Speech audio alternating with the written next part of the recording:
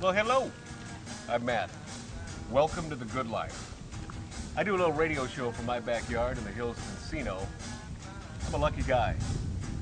In fact, I'd say luckier than most. I have lots of friends that I like to call stars. Hey, in fact, there's one now. You probably know Ryan Stiles, Drew Carey show. Whose line is it anyway? Black Hawk Down? I wasn't in Black Hawk Down, Matt. That wasn't me, okay? What are you doing here? The gate was actually open. I thought I'd take a little jacuzzi-roo. I got company coming over, okay? People that matter, okay? Get up, go. Bubbles feel so good, Look, Ryan. Matt, you know what? You gotta stop doing this, okay? I can't be coming home with the wife and kids and you're in my tub, okay? Just get out. I'm not wearing nothing.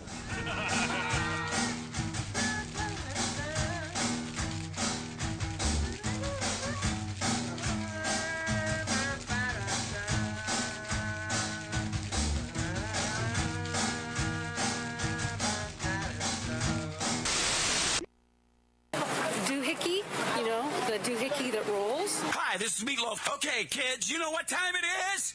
You know what time it is?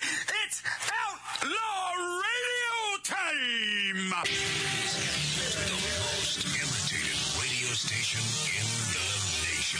I'm through with standing in line for some fun to begin, but I found a good thing leaving me with a grin. It's time for Outlaw Radio to begin. You have the great Billy Gibbons here? Yeah. It's very cool. Yes, he just passed out. Yeah. Hey, that didn't sound too bad. Huh? Had to lighten them up loud. Oh, man. We're here with Matt. Oh, yeah. Had to lighten up. Oh, little Outlaw Radio. We're here with Matt. And he's not fat. We got all these guys and girls in the house. Let me tell you, that's where it's at. And that's, ladies and gentlemen, Matt Allen. Pass me a gallon.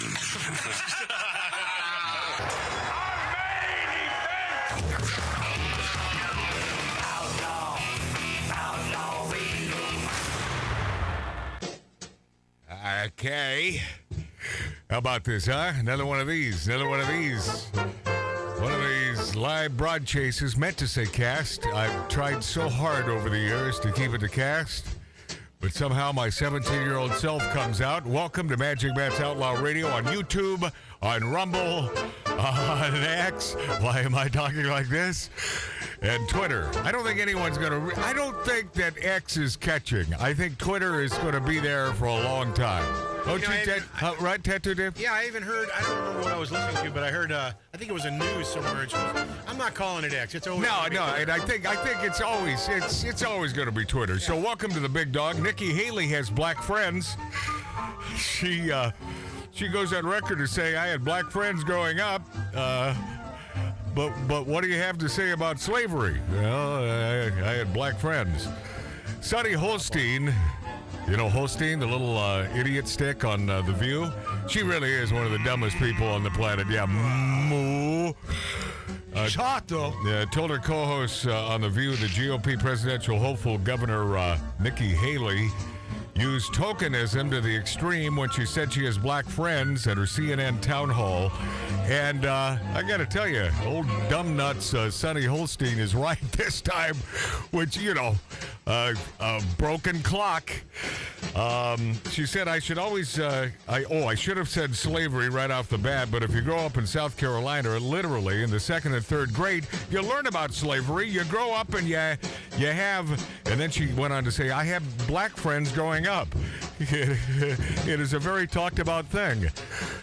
I just love her backpedaling. I mean, who doesn't know that she didn't know that was first and foremost, it was about slavery.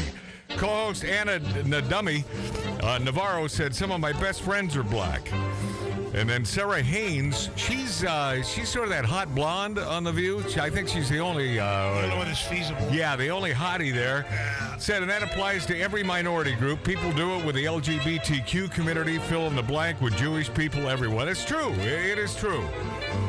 So, Holstein said, can I do a public service announcement as the black person on the panel? I guess she's saying that because on this particular instance of The View, the Teenage Mutant Ninja Turtle Whoopi Goldberg was not there. She said, when you're trying to convince someone that you are not racist, do not say I have black friend ever. So it's Yeah, not and she's right about that. so it's not true that What? Whoopi is officially gone from the show. It keeps on coming around. I don't know. I don't on care. Social media. And Yeah, stuff. but I don't care. We'd have to watch it to know. Yeah, that's true. Well, I can't do it. Holstein said it's tokenism to the extreme, and the fact that you're trying to convince me that you have black friends just tells me you don't. It's insulting. She also said during this that although she's the daughter of Indian immigrants, she doesn't really feel any kind of race. I was troubled by that because the Indian culture is is a beautiful culture. Why would Nikki be troubled? Why would she be troubled by that? Odd. It's an inclusive culture. You know, she's trying to appeal to the undecideds, the ones on the fence, and it's like, yeah, I just don't think that's the way to come out fighting. And Nikki, you know, you're a bit of an idiot stick. ABC's Haynes on Haley, you just need to have, and this is a quote, come out of the vagina to know slavery caused civil war. Sarah Haynes told her co-hosts on the aforementioned The View that you just need to have woken up and come out of the vagina to know slavery was the cause of civil war. Why do they have to, what? why do they have to say vagina? Well, man? How about just you're born? When you're born, you should know that. But not I don't know, coming from a female and being a heterosexual male. Yeah, Get what? out of my vagina. What was that? What was that, Whoopi? What? I said, what was that, Whoopi? Get out of my behind. Get out of my vagina. Get out. And Starsky and Hutch star David Soul deadens at 80. Man, that made me sad. You know, another part of our childhood, Starsky and Hutch, one of those good shows that I'd always watch. Yeah, I was never like this massive fan, but I liked it. It was a good show. Yeah, you love the car. You love that. Oh, yeah. Didn't David have a one-hit wonder? David Soul had a song called Don't Throw Up on Us, Baby, which was a huge hit in the 70s. Don't throw up on us, baby. Yeah. It might get all over the living room, and then we have to bring a dustbuster out. Even though the dustbuster doesn't take care of liquids, don't throw up on us, baby, you big fat souse. You know what? I'm sorry. I'm sorry, David. Yeah. Yeah, God bless your soul, man. 80 years old, man. I'm sorry to hear that he's gone. You know, the guy was born in England. He was a Brit. You think he had black friends? I doubt he had black. No, he should have. And Sound of Freedom. Sound of Freedom vanquishes Taylor Swift to land in the top 10 at domestic box office for 23 in the massive battle of the domestic box office. Sound of Freedom vanquished Taylor Swift to become one of the top 10 grossing movies of the 2023 season. It was this, of course, was praised by former President Donald Trump. Brought in $184.2 million. Wow. Yep. Wow, with no publicity. No. They spent... She didn't need it. They spent virtually nothing on publicity. My brother Martin and I watched this thing last Saturday night. And, yeah, it's a powerful movie. Man, You just got to give it to her. but am I going to be the one guy? Am I going to be the one guy on the right that is sort of a critic of this movie? I think I am, because I'm saying watch it, and it's based on a true story. Are you talking about? Wait a minute. Is it a movie? No. Are you talking about the traffic? Yes, Sex trafficking? it's called. You're talking about sex trafficking. I don't know. Yeah, I don't know what Dave I said. thought- I just glossed over what Dave said. You notice? So we just move on. Yeah, but man, I thought he- I don't know what he's talking about when he's referring to a female there, but so I'm just moving on. Are you referring to Taylor Swift? Yes. Yes. That's what we were still on Taylor. We moved. No, Taylor Swift. No. It's Sound of Freedom. See, Sound of okay. Freedom vanquished Taylor Swift with to you, become one of the top 10 grossing movies. I completely missed that. yeah, I'm sure. but But Sound Sound of Freedom. I mean, honest to God, dude. yeah, Mart was crying, man. How did you watch it? And it didn't bring a tear to my eye, but I'm glad it impacted my brother Mart that way. Well, But is I it was streaming crying. or is it on something? I was crying, and I was also angry like a mother. Oh yeah, no. Like, I want to go. It'll make you angry because what you want to do to these pedophilia sons of bitches. shoot 'em in the face. Instant torture 'em. death, instant torture. You know what's interesting too is when they get arrested, they're separated from general population, Right. Because they will be killed. Yes, of course. Why should they be separated? Yeah, I know. Let I them know. in there and let them serve their time. Yeah, they did their nasty things to kids. Right. And Yeah. you sons of bitches, man, you sons of bitches. The movie is worth hard to watching. watch. So wait, did you stream it or did you pay? Why does it matter, and why should we give it more publicity? I'm saying if you can find it, watch the damn movie. free. But we saw it on whatever the hell it was. All right. The bottom line here is that the problem I had with the movie is the entire focus was on bringing back one daughter of this poor dude who lost both his boy and his daughter to slave traders. And the first thing that the dude did, and this really did happen, he was able to get the boy back. Now, the entire movie was then based on trying to get the girl back.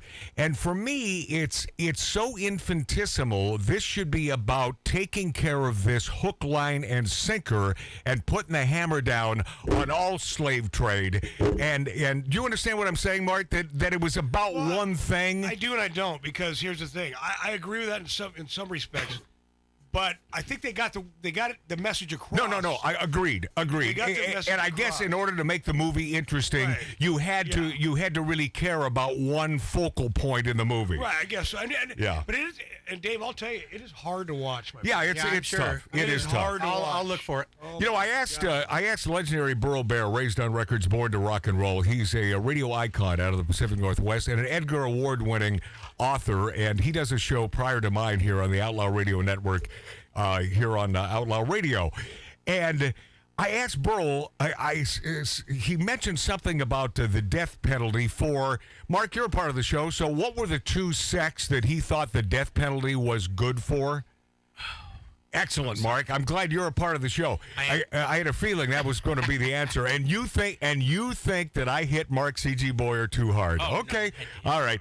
It was an hour ago. So I brought, I know. Not even. No, but that's the problem, Tattoo Dave. It was an hour ago. So, out of sight, out of mind, because, between then and now, Mark has been playing solitaire on his phone. Yeah, let me zoom in on him. Yeah, no, please don't. And you know what he's thinking about right now? Oh, yeah, how do I win this next round? No, what are we barbecuing? Yeah, what are we barbecuing? He knows. He brings it. Yeah, he's thinking about eating.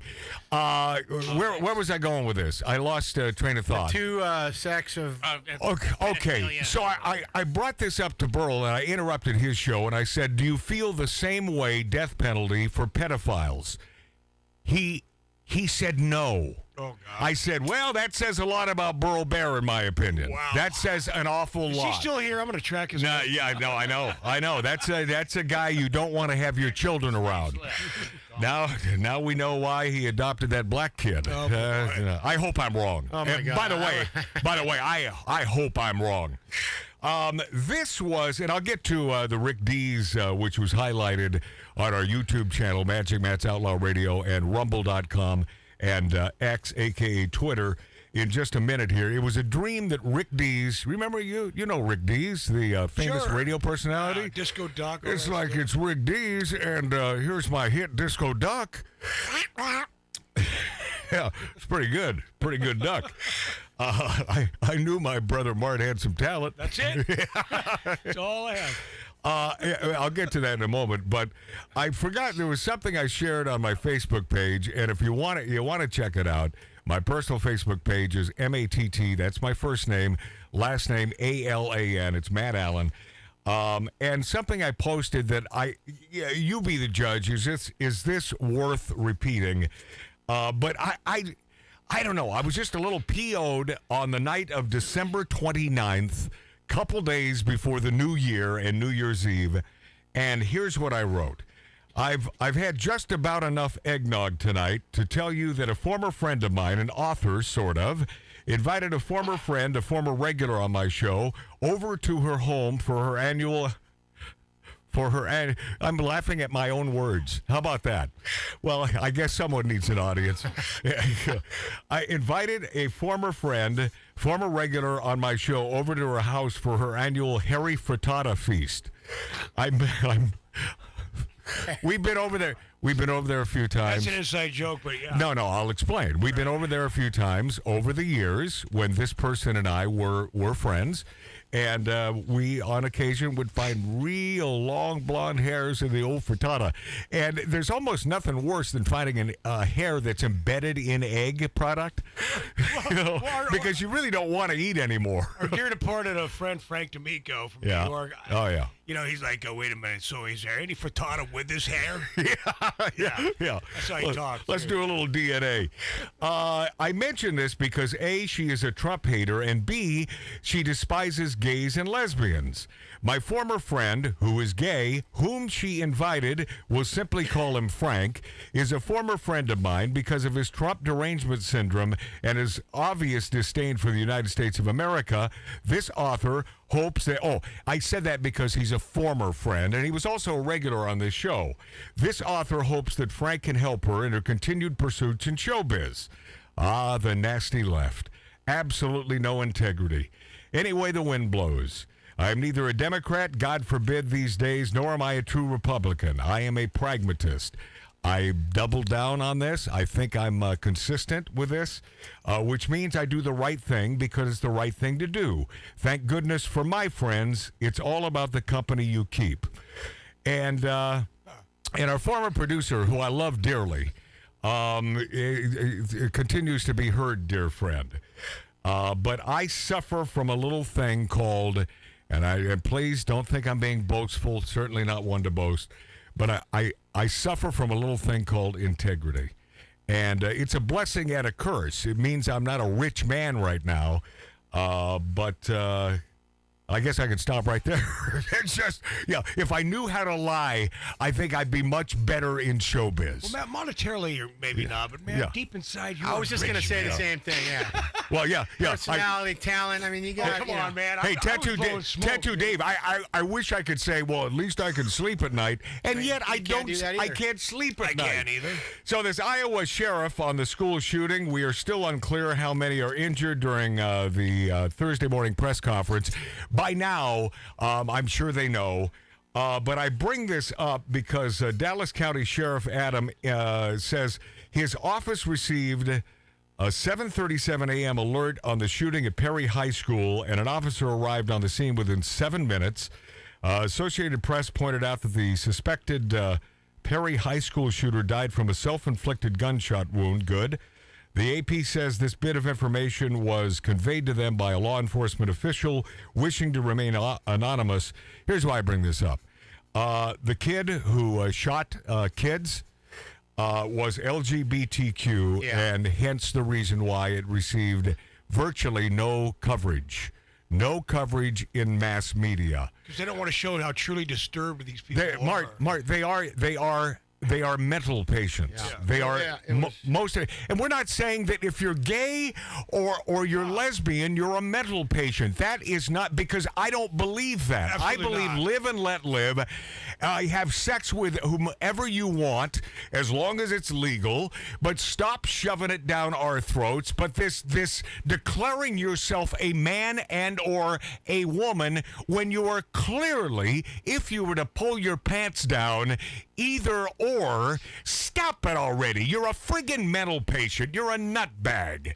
You are a nutbag. And slicing off your genitals. Oh, yeah. I'm telling you, Dave, you need some friggin' help. And but instead, our community and the folks out there on the left, they believe it's the right thing to do. At 8 years old, you should be able to decide whether to slice and or dice or to add to your body. And these are the sickos that help these sickos, huh? Biden's all for this stuff. Well, of course he is. Wisconsin, I was thinking about this. Our lovely friends in Wisconsin is a highly important state to the presidential candidates.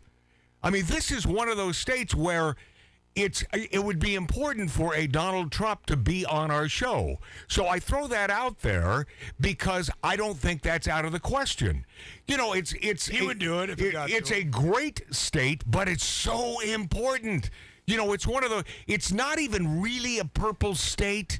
You know, it's more of a blue state because of the town in the big cities, right? Well, But because the rural Madison, man, big bunch of lefties. Now, listen, if you're in Madison listening to us on one of our fine radio stations in Wisconsin right now, I'm not throwing you under the bus. Well, that's a home of Chris. and there are exceptions everywhere. Well, yeah, there are exceptions here in Southern California. Yeah, I mean, of it's course. few and far between, but the farther east you get, the more conservative our friendly folks in California become. And Madison is also the home of Chris Farley, so they're one of the funniest guys. Well, we don't know where he stood politically, and I don't care. But yeah, one of the funniest guys ever. I mean, yeah. Remember when? What? Remember when you were with the Beatles? Beatles? With the Beatles? That was awesome.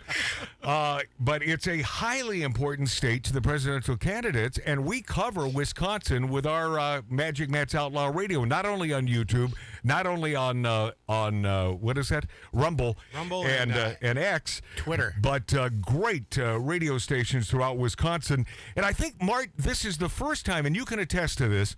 This is the first time we are without any meat product from our friends in Wisconsin. Did I do something to piss our Wisconsinites off, or was it Mark? It was me.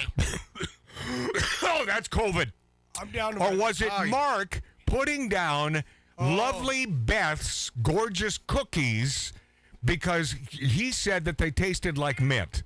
And what's wrong with that? I thought Mark liked mint.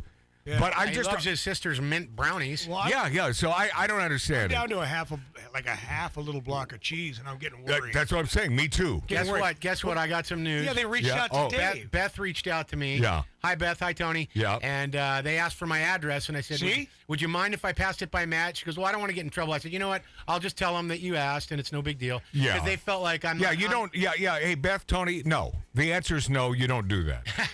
No, you don't. You take care of the. You take care of the principals in the show. See, I never thought Beth and Tony in beautiful Wausau, Wisconsin, would stoop to this sort of Hollywoody.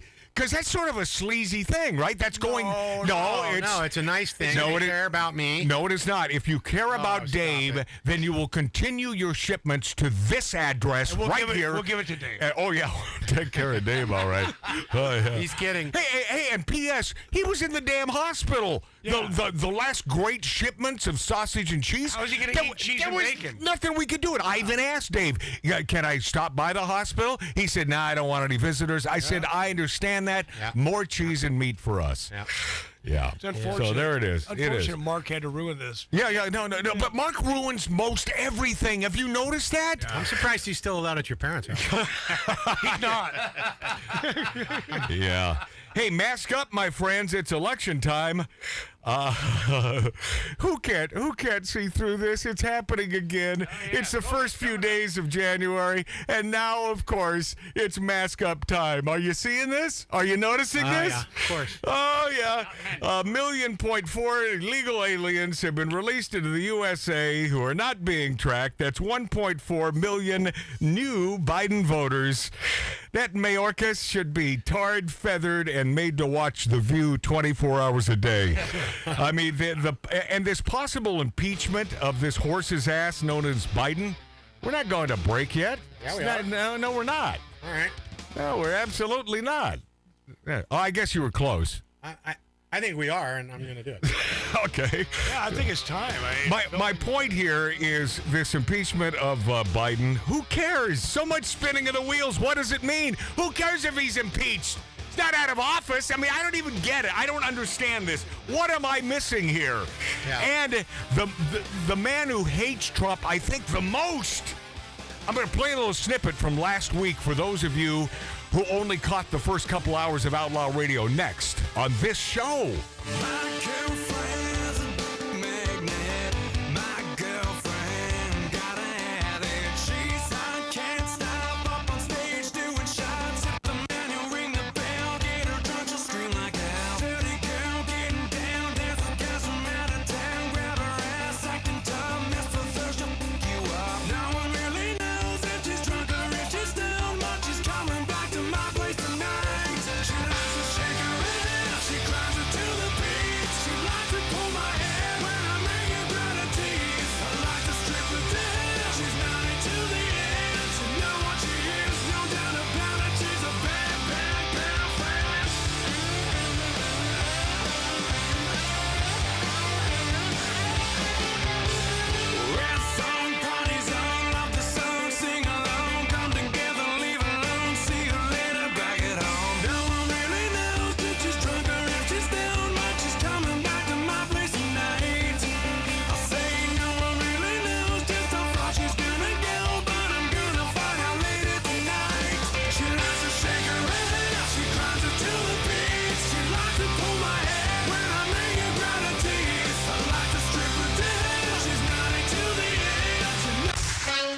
Ladies and gentlemen, you're listening to Outlaw Radio. The staccato hoofbeats of a golden palomino, carrying a man who fights wherever justice needs a champion. Magic Matt Allen.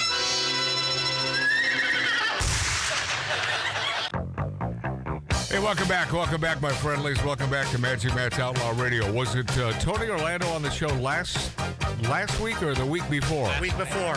No, week before.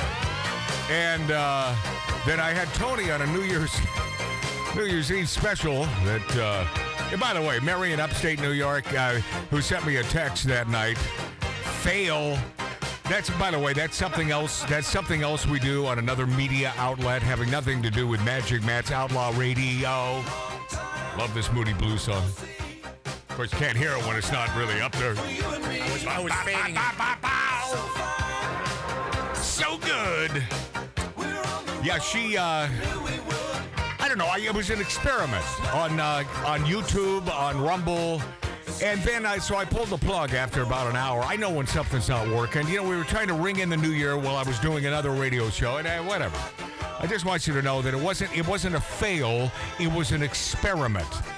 And Tony Orlando was on with me that night for this other media outlet, and I mention that because I received a call from Tony the next day, the first day of the new year, and he was yelling. And he said, you know, I can't tell you what he said because it was a private conversation. And out of respect for Tony Orlando, and I have tremendous respect for this man, a true patriot and a good man and a straight shooter, it took me about a minute into this conversation to know. I said, are you pissed at me? And he said, yes. And I said, wow. I said, what happened? We broke it down. And it's sort of, and I can't even give you, I want to give you a clue. And if I receive permission from Tony Orlando, then, not that you really give an ass about this. Are you still friends? But, no. What happened was, because our friendship is so strong, it made our friendship stronger. Good. And, you know, and as he said, you know, instead of something like this lingering, and then me not, you wondering why I'm not talking to you again, I said, man, I have had that so many times in showbiz. There's just no phone calls, so I don't know what the hell happened. You know, maybe it was some rumor that someone else started, someone else said something. You get ghosted. Yeah, and you don't know why. Right. So Tony said, no, he said, you will never have a better friend than me. And I said, I know that, Tony. He said, legitimate bitches. He said, yeah, but it wasn't anything. It was this odd, serendipitous thing that happened that had nothing to do with me, but another programming department. And he thought that I had set him up. And that's all I'm going to say. And I said, hey, Tony, I would never do that to you. And, you know, he didn't know because it seemed so blatant what went down. And I know it's cryptic. I know the way I'm telling you this is cryptic, and my apologies. But I just wanted to get that off my chest, that this man is a straight shooter. You know, he's been in showbiz. How many hits? How many millions of records has he sold? Wouldn't you love that? Especially in this friggin' town, that if everybody could step up and just Mart, ain't gonna happen. That kind of thing. No, everything is. Oh, you're great. No, you're great. Yeah. Oh no, you're great. No, you've never offended me, and then they never talk to you again. Yeah. I'm not that guy. I will be the guy that calls. I'll say, you know, I have a problem with this. Get out of the way. Let's clear this up. Yeah. Oh, Juanita Broderick reacts to Epstein's document release. Juanita says there are good men, and then there's Bill Clinton. You know, she's the one who accused Bill Clinton of rape. She reacted to the unsealing of U.S. court documents regarding individuals linked to the late convicted pedophile financier Jeffrey Epstein, recalling what the former president allegedly said after allegedly raping her. For some reason, I missed this. After Bill Clinton viciously raped me, he said, "Don't worry, I'm sterile due to mumps when I was a boy." I heard about that. That's what Broderick says. Yeah. I had mumps as well. Didn't make me sterile. Did not, you know, and I have proof. I have a beautiful daughter. Did not make me sterile. Mart, you had mumps, I believe. Did you not? Okay. I had 3 kids. Right. Then he told me, this is Broderick, Juanita Broderick, saying, you'd better put some ice on that, pointing to my swollen and bleeding lip. There are good men, and then there's Bill Clinton, she added. Her remarks follow the unsealing of court documents detailing witness statements after people linked to the convicted sex offender. Clinton's name is mentioned dozens of times. Will we ever get the full report? Nah. What did you hear? No, we won't. Hold on. Oh. Of course not. And secondly, if you believe, and I'm telling you, I am not the conspiratorial dude. I'm not a conspiracy theorist. But if you believe this Epstein hung himself, that is a big crock of crap. Of course man. it is. I mean, the fix was in on this one. Well, the latest thing, too, about Trump being on the plane, one of Epstein's plane going to the island, he never went to the island. This plane did never. He's already been cleared. It's been cleared. He's cleared. By the way, trying to get him on something else. Yeah, but regardless, they're not going to stop till they nail him. But here's the bottom line: I'm not here to defend Trump. Maybe he was on the island. I don't know. Simply because he was a great president and I would like him to be president again doesn't mean that I'm going to defend him. I don't have the facts. I don't know if he was on the island. Maybe he was. No. I know that he knew. You don't know, Mark, and no one really knows. And maybe when these are completely unsealed and the facts are obtained, we will know. But I'm not going to be here defending We're never going to know. Trump. But you'll know more about Trump being involved than anyone else, right, Dave? Yeah, I mean, yeah. Hell yeah. As much as they're going to allow us to know. Yeah. That's it. Yeah. Okay. A couple of things. Where the hell did I put this weird dream? Oh, there it is from Rigged and Dees. Rick had a dream about me, and he sent it to me. Okay. Let me clear this first. FAA has now grounded 171 Boeing 737 MAX 9s worldwide because of it was an Alaska Airlines plane suffered a blowout that left a gaping hole in the side of the fuselage. Oh, that's not good. The required inspections will take around 4 to 8 hours per aircraft and will affect about 171 airplanes worldwide.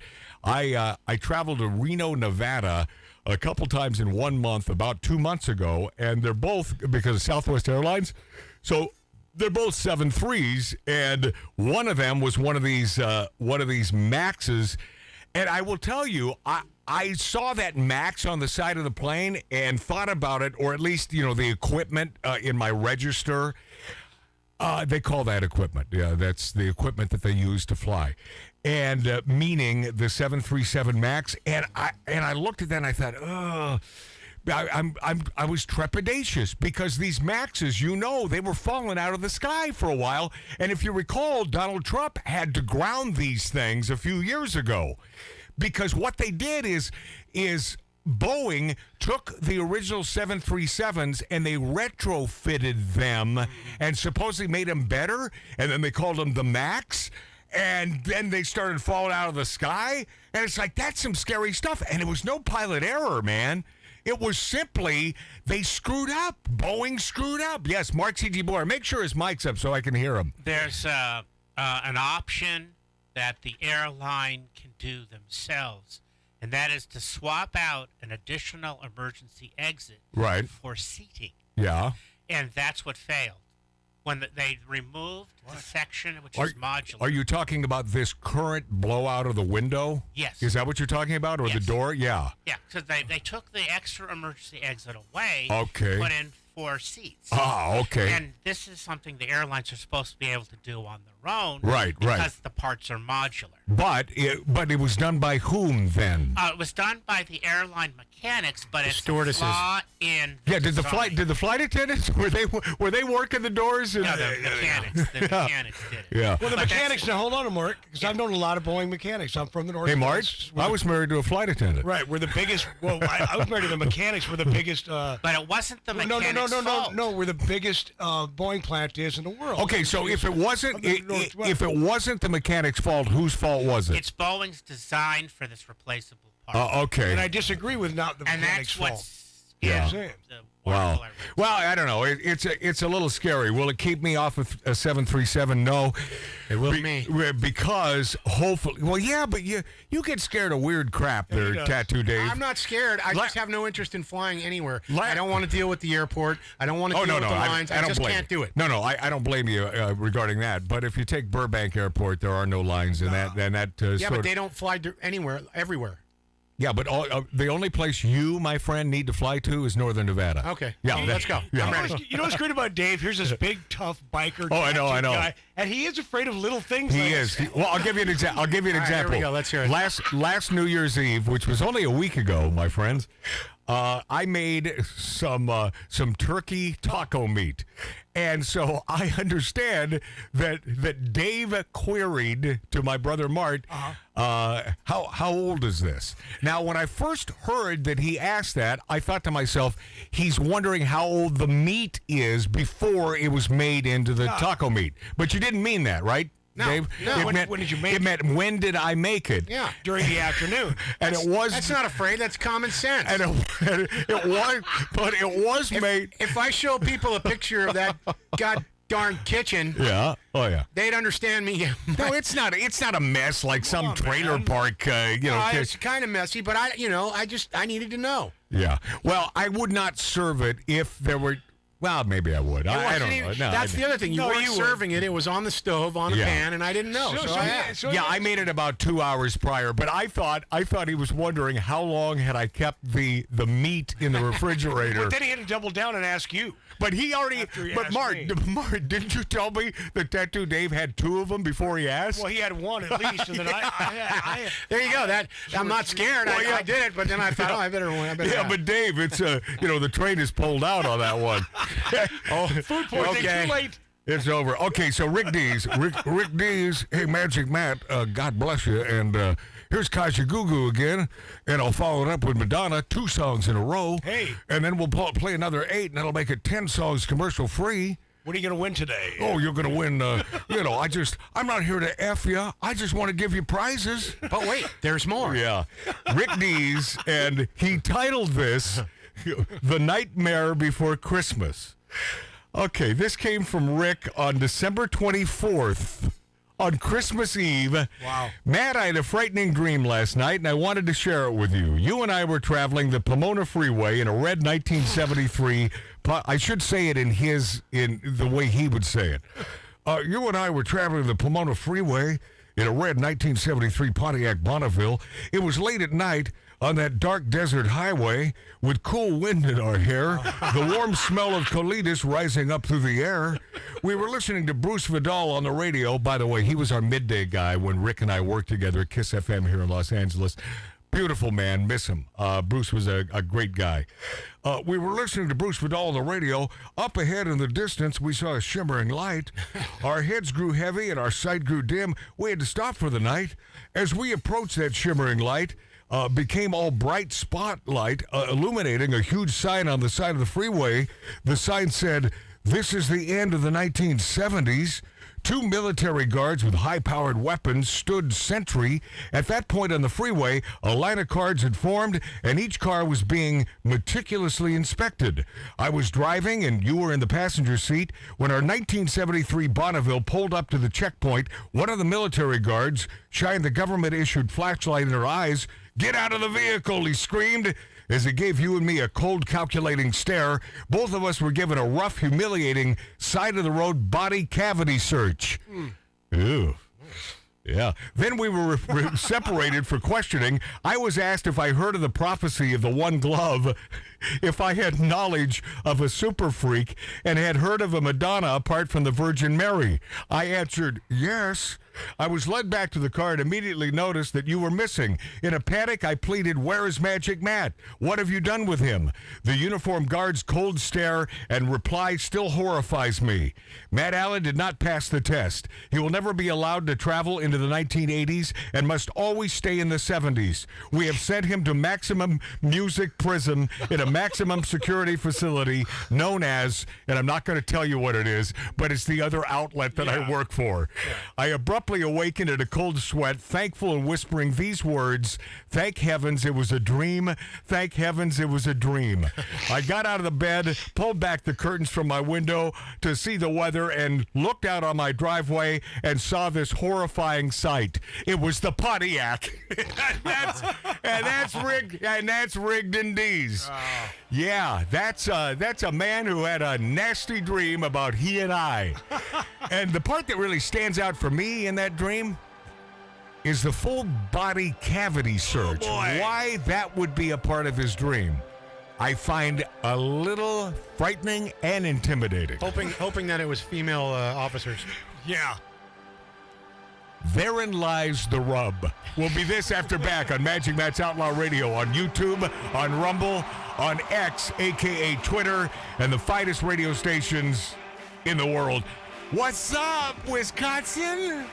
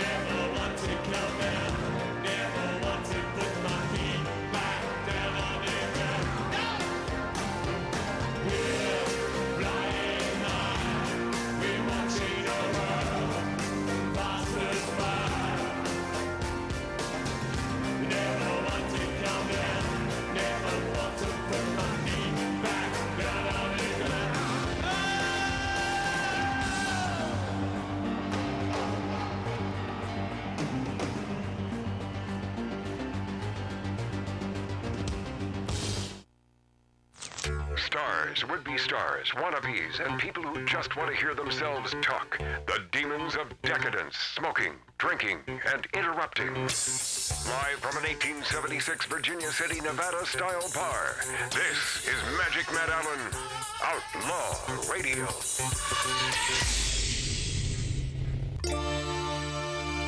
Next hour, we will dive into Liz Cheney rooting for the Democratic sweep because she's and by the way, conservative, quote, end of quotes, Liz Cheney.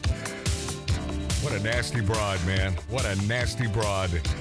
And if you missed Uncle Dick on the third hour of the show last week, I'll play just a little snippet, and we'll throw a magnifying glass on this. That's why he can play, because he swears too much. Yeah, well, he uses... Did you see my notes? He uses nastiness. No, I didn't have to see your notes. I just had to listen to it to bleep the whole thing. Throw in the bleeps. But I'll just play just the important snippet about how much he hates a certain ex-president, and we'll try to diagnose his ailment. Uncle Dick in Northern Nevada. Coming up next hour. Hey, 97 years old. Another guy I wanted on the show before he kicked it. And too late, because I drag my feet on these things. Shecky Green, legendary stand-up comedian. I knew he was still alive. Living in Las Vegas, and I point behind us for those of you watching Magic Matt's Outlaw Radio on YouTube, on Rumble, and on X, because it's east of us, about 256 miles, Las Vegas. Shecky Green, man, 97 years old. He's like the last of the Catskills comedians. I mean, he was it. He died at 97. Green's wife, Marie Musso Green, told the Las Vegas Review-Journal he died of natural causes. Well, I would say 97 years old. In his Las Vegas home. God rest your soul. All the good ones, man. All the good ones are going. And this guy was critiquing comedians even a year ago. So he was with it, I think, until the day he died. So he had a damn good life, Shecky. God bless you, Shecky Green. Wow. And Charlemagne the God, that's T-H-A God, has no plans to support Biden's reelection, feels burned for champion and Kamala. Yeah, you should. At least this Charlemagne the God is using some pragmatism these days. The Breakfast Club host Charlemagne the God has no plans to support President Joe Biden's bid for re-election after endorsing him 4 years ago, saying, I've learned my lesson from that mistake. You know, who he's going to vote for, I don't know. Probably Kennedy, you think? Because I doubt he's a Trump guy. No.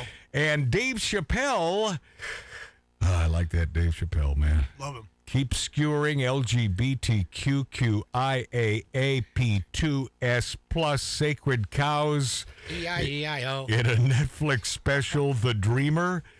He has defied the transgender cancel mob once again, taking aim at transgender activists as well as other members of the... Let me just do it again because it's so ludicrous. But you'd think that I was doing this as a bit, or this was some Monty Python or SNL sketch, but it's not. He's skewering the, ready? LGBTQIAAP2S plus. Give it up for yourself. Oh. Yeah. World. In his latest Netflix special, The Dreamer, which began streaming on New Year's Eve. I don't have Netflix, so I'm going to have to wait to, I guess, watch some of this. I've got to watch it, man. But, I love this guy. He's our modern day, he's the best. He's one of the best. Yeah, he is. Yeah, he is. And he's not right, he's not left. He's a pragmatist, man. I love him for that. You know, we were talking about Rick Dees' Magic Matt Dream a few minutes ago. I forgot to mention his lovely wife, Julie. I am a huge fan of Julie McWhorter Dees. So talented, incredible impressionist, and I love you to death. We'll be this after back on Magic Matt's Outlaw Radio.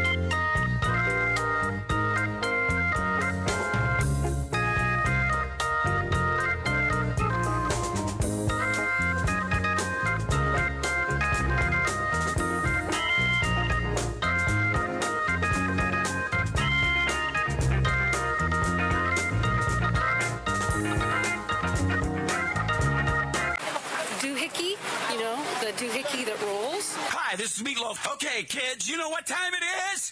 You know what time it is? It's Outlaw Radio time! Our main event! Outlaw Radio. Hi, this is Sean Young on Outlaw Radio. Hey, this is Shelley Berman on Outlaw Radio. Listen, come on, listen to me or listen to Matt. If you like being bored, it's great for you. It's Robert Hayes. I'm here on Outlaw Radio with Magic Matt, a.k.a. The Weasel. We are here to drink. We're here to smoke. We're here to interrupt. You may drink. You may smoke. You may interrupt, but I'm here to... Live from the Lighten Up Lounge, this is Dom DeLuise saying, this is Outlaw Radio. Hi, this is Chuck Woolery at Lighten Up Lounge on Outlaw Radio.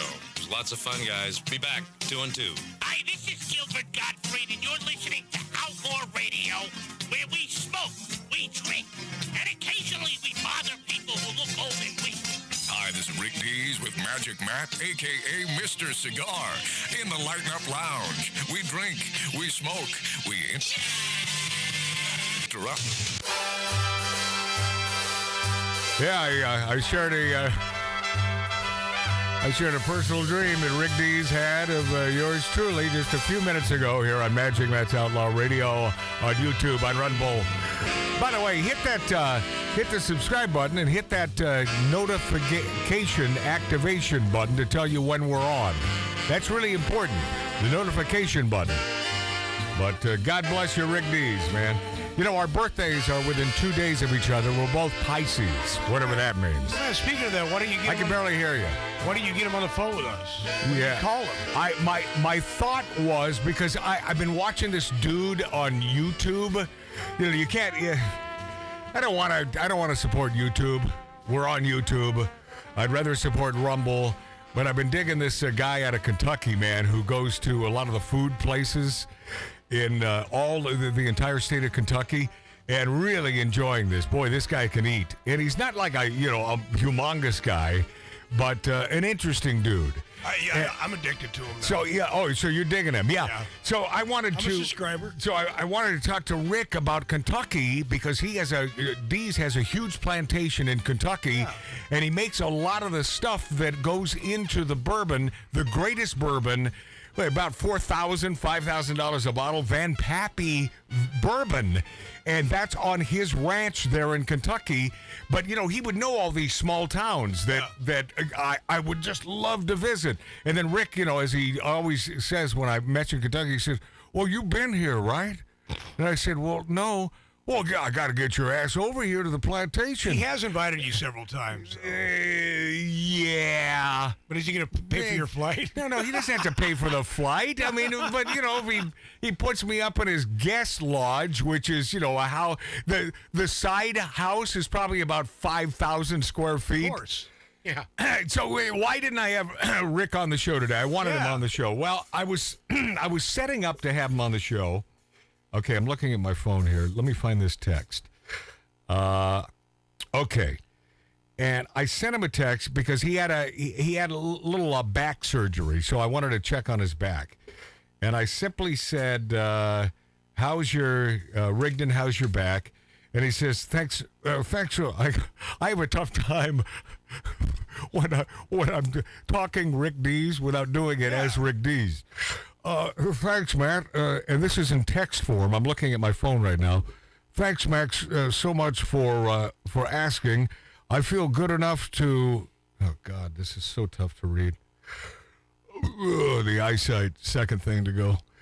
Well, thanks so much for asking. I feel good enough. Yeah, I threw up a little in my mouth. I thought you did. Yeah, just a little bit. Thanks so much for asking, Matt. I feel good enough to walk down a dark desert highway, cool wind in my hair, warm smell of colitis rising up through the air.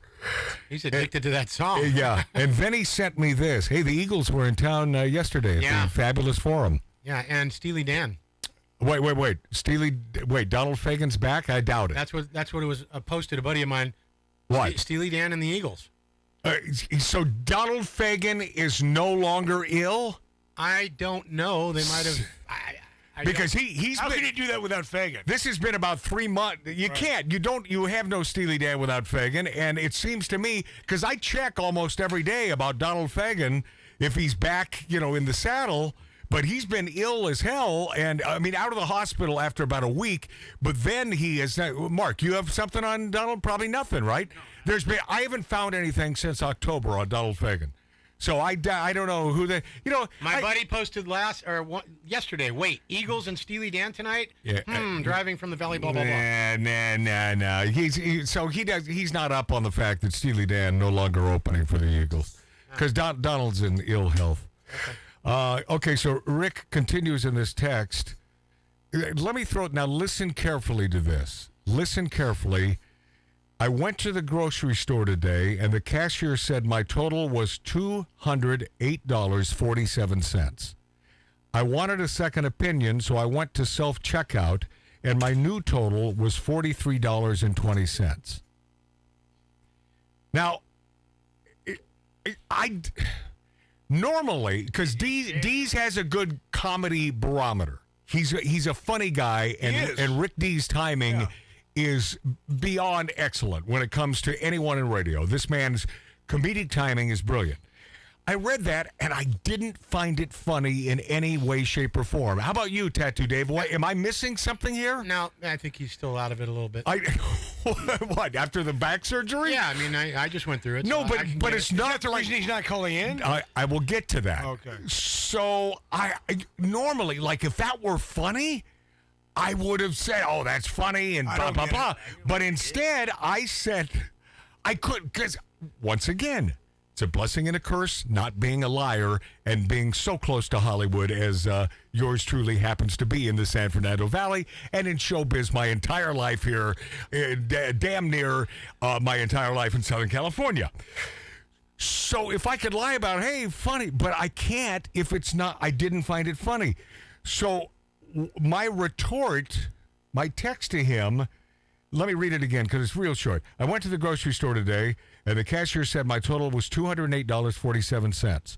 I wanted a second opinion, so I went to self-checkout, and my new total was $43.20. So I tried to find something to engage him in, and so I sent him a text. The second opinion was much less in terms of dollars. Right? So that's funny. And then I followed it up with, a few minutes later, significantly less expensive than a quarter of what the original price was. Nothing. So I was hoping that he'd get back to me on that. Yeah, he's thinking it went over your head. And Boy, it went over my head. No, he went there and cashed out what he wanted. Tattoo. Right. Yeah. He didn't put it all through the ringer. No. Right. Oh, now I'm getting it, but that's a long way to get to the punch. No, I get it, but I just don't. It's okay. It's okay. Is that Tattoo Dave kissing Rick Dees' ass? Yeah. Never met the guy. Yeah. I think he's hanging out Toluca Lake with Rick. No. I'll tell you what he's doing. Tattoo Dave, our producer, is no dummy. He loves to play golf, and he knows that Rick Dees basically owns Lakeside there in Toluca Lake. That's correct. Yeah. Not only that, only the best golf course. Oh yeah. The Tattoo Dave Show. Not only that, but Rick Dees has about 100 cases of Pappy Van Winkle bourbon as his stash, not only here in Southern California, but at his joint there, his plantation. I'm getting invited. In Kentucky. So, yeah. Well, yeah, if you got to kiss some ass, I think you're doing the right thing there, Tattoo Dave. Well, Rick told me he was going to bring me to Lakeside one time, the golf course. He knows I golf once in a while. Yeah, he won't. And no, he didn't. He's out there. He used to play with the likes of Don Rickles and everybody else. Well, I was out there playing. I don't know if you can call it that because I'm not a golfer. I tried. I just don't have the golfing bug. I played with you once. Never bit. Yeah, it never bit me. But I was out there, and he was trying to. He hired a pro to teach me, and that didn't really work. I mean, he really wanted me to get at least to a level where I could play golf with him, and that was nice of him. Because it's good. I think he finally gave up. But good way to meet people. Who's the dude? Baby, don't get hooked up. Mac on me. Davis. Mac Davis. Yeah, I played with him one day. What a good dude, man. There's a guy that he passed away too young, but yeah, he was also a member of Lakeside. And you played at Lakeside with him? Yeah. Yeah, Lakeside sought after Yeah. man. You son of a... Yeah, Joe Pesci used to go out there all the time with Rick. See, Tattoo Dave was thinking, Matt, you don't even play golf, you son of a and I bitch." can't get on that course. Yeah. Well, you know what? You can through Matt if Matt can work it No, out. no, you I have don't. to be- What's my connection is Rick Dees, and now he's pissed at me because I didn't find his friggin' text funny. Oh, God. Call him. So good luck. No. It's like, Matt, you didn't get it? Boy, you're just, man, you're as stupid as I thought. Yeah, I wouldn't pee on you if you were on fire. Oh, no. Conservative Liz Cheney, there's a woman I wouldn't kiss her ass. Roots for a Democratic sweep. She's launched her latest effort to end Donald Trump's political career through her book tour, loads of major interviews, howls of warnings that his re-election will end up in a fearful dictatorship. And by the way, Liz Cheney, quote-unquote, conservative.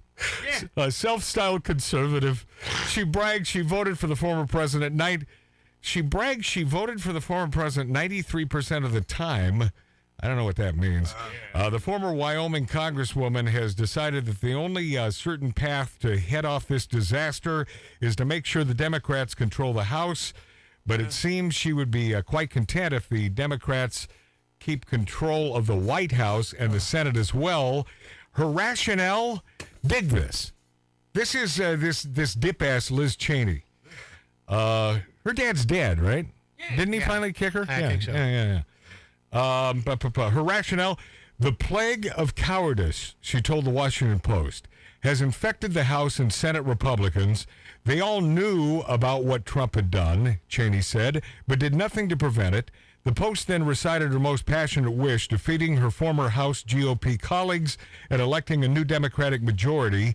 By the way, this is nothing new. She's been campaigning for Democrats against conservative Republican office holders since 22. So this is just this is someone not to listen to. What did Trump do? Yeah, what did Trump do? I don't know. What you say? What Trump had done? Yeah, what did he do? What did he do? Well, according to Uncle Dick, and we really don't talk politics. That's why Uncle Dick from Northern Nevada and I are buddies. And certainly should I go on record as saying my favorite uncle? Of course he's my favorite uncle. I mean, do I visit any other uncle? No. And it goes without saying. Yeah, and I only have 2 uncles now to choose from, and Uncle Dick is my choice. But Uncle Dick is a man. He's a Trump hater. And if you only caught the first 2 hours of last week's Magic Matt's Outlaw Radio, find us on YouTube, subscribe. I don't even know. By the way, our numbers went way up. And then over the past couple days, those numbers that appeared, the number of views on YouTube have gone down by a few. Yeah. How does that just by keeps happening? But how does that if a viewer views, you're not going to take it back. A viewer views, how can it then just vanish? Well, I'll tell you why, because it's a conspiracy keeping the white man down, and that's YouTube hating the white man. That's it. Now we're off for good. That's it. Yeah, so check us out on Magic Matt's Outlaw Radio and the greatest radio stations throughout the country. This is a snippet, in case you missed the 3rd hour of Magic Matt's Outlaw Radio last week.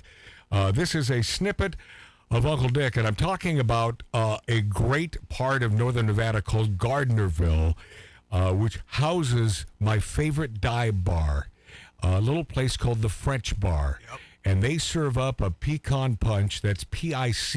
It's a Basque cocktail beyond compare. I can spend hours in that joint, smoking cigars, yakking with the locals.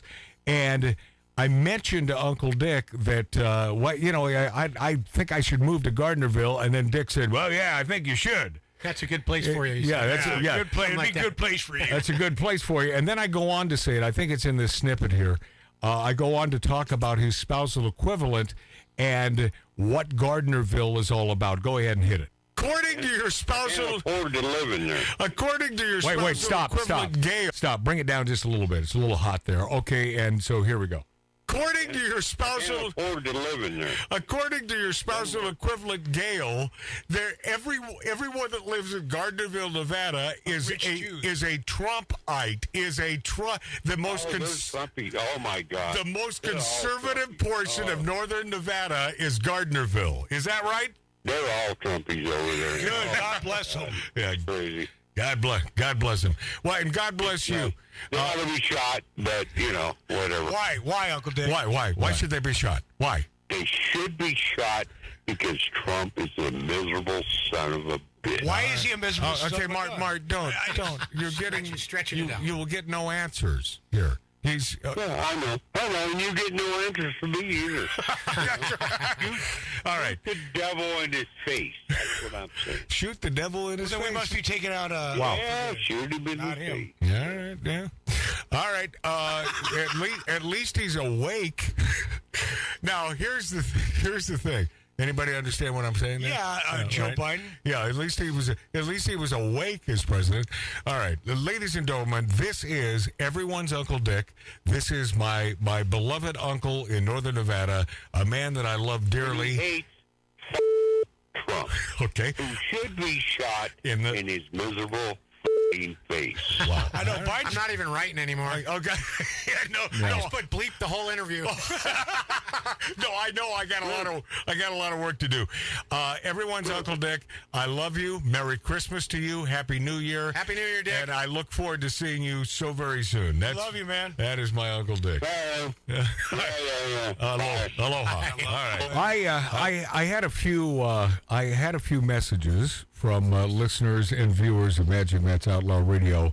How can you love a guy like that? How can he be your favorite uncle? It's a more than feasible question. No, it's a good question. It's a very good question because this is a man that certainly believes in the First Amendment, certainly believes in the Second Amendment. Yes. He is a gun-toting. He has like 15, 20 guns. He believes in defending himself. He believes in less government staying out of his business. He lives, for God's sakes, he lives in the middle of the desert in Dayton, Nevada, on a plantation with nary a soul around him. But yet, you heard his invectives when it comes to Donald Trump and the fact that he wants the man shot. Now, in the face. Yeah, in the face. I mean, I got to tell you, Tattoo Dave, my brother Mark C.G. Boyer, who's sleeping, I would ask him, what is it about him, even though I have in the past, and he can't give you a solid answer. No. Now, if a guy like Uncle Dick, who is, for all intents and purposes, he should be voting Republican. I mean, he should, right? Yes. I don't believe he voted for Biden last time around. I think he voted third party, so why even vote? I mean, why even vote? Threw his vote away. But to throw your vote away when it's the left, Uncle Dick, that wants to take your guns. Oh, yeah. But yet this man should be shot, and I don't want to say it too many times because of the analytics on YouTube may take this show off the air, and I don't want that to happen. But I don't understand how this hatred becomes so overwhelming that you want to off a man, a former president, because you simply don't like him. Is it because he's a big, brash, loudmouth New Yorker? I bet that has something to do with it. Yeah. Because anytime I ask the question, well, and then I think he mentioned one time that, he's in bed with Putin. I said, well, why? What? Another one of those lies that is completely discounted, and we went through this a couple weeks ago. He said he could end the war and get. I said, so that means he's in bed with Putin? See, he knows, not unlike Reagan knew, that in order to keep the war away from us, you need massive strength. It's power. Keep your friends close, your enemies closer, and that's exactly what he's doing. That's what he does. But I'll tell you the problem here, and I tell you I know this for a fact. You know, he'll watch CNN, he'll watch MSN, and more than but that. he likes those public. What's that? Oh, I'll get to that. But Matt, you know, a turning point that I thought was because this is years ago. He said Gail, his wife, said Gail, who was always a Republican, Uncle Gail, his spousal equivalent, Dick, always a Democrat, Gail, always a Republican. Right. So she said, yes. I can't believe he said grab him by the pee, yes, right? Yes. So then Uncle Dick's like, yeah, how rude is that? I'm thinking, wow. So he jumps on board because he hates Republicans anyway. Right off the bat, he hates Republicans. And so, and by the way, Gail, who I love his spousal equivalent. Good old desert woman, Does man. she like Mark Boyer? Great broad. Can't stand Mark C.G. Boyer, which is another reason to love her even more. But this woman, always a Republican, you know, and don't take this the wrong way because I love her dearly, but shame on you. Shame on you for not voting for the right person. You don't have to go to dinner with him. You certainly don't have to go to bed with Donald Trump. Yes, he's a loudmouth son of a bitch New Yorker. He's brash. He tweets out stupid things. So what? Was he a great president? Yes. The answer is yes. Wow. The best. He was the best. Will he be a great president again? The answer is yes. Yes. But the Democrats will pull out every stop, anything within their arsenal to keep him off the ballots. I mean, this is just the beginning. This is just the beginning. They're trying this, that he's in bed with foreign nationals again.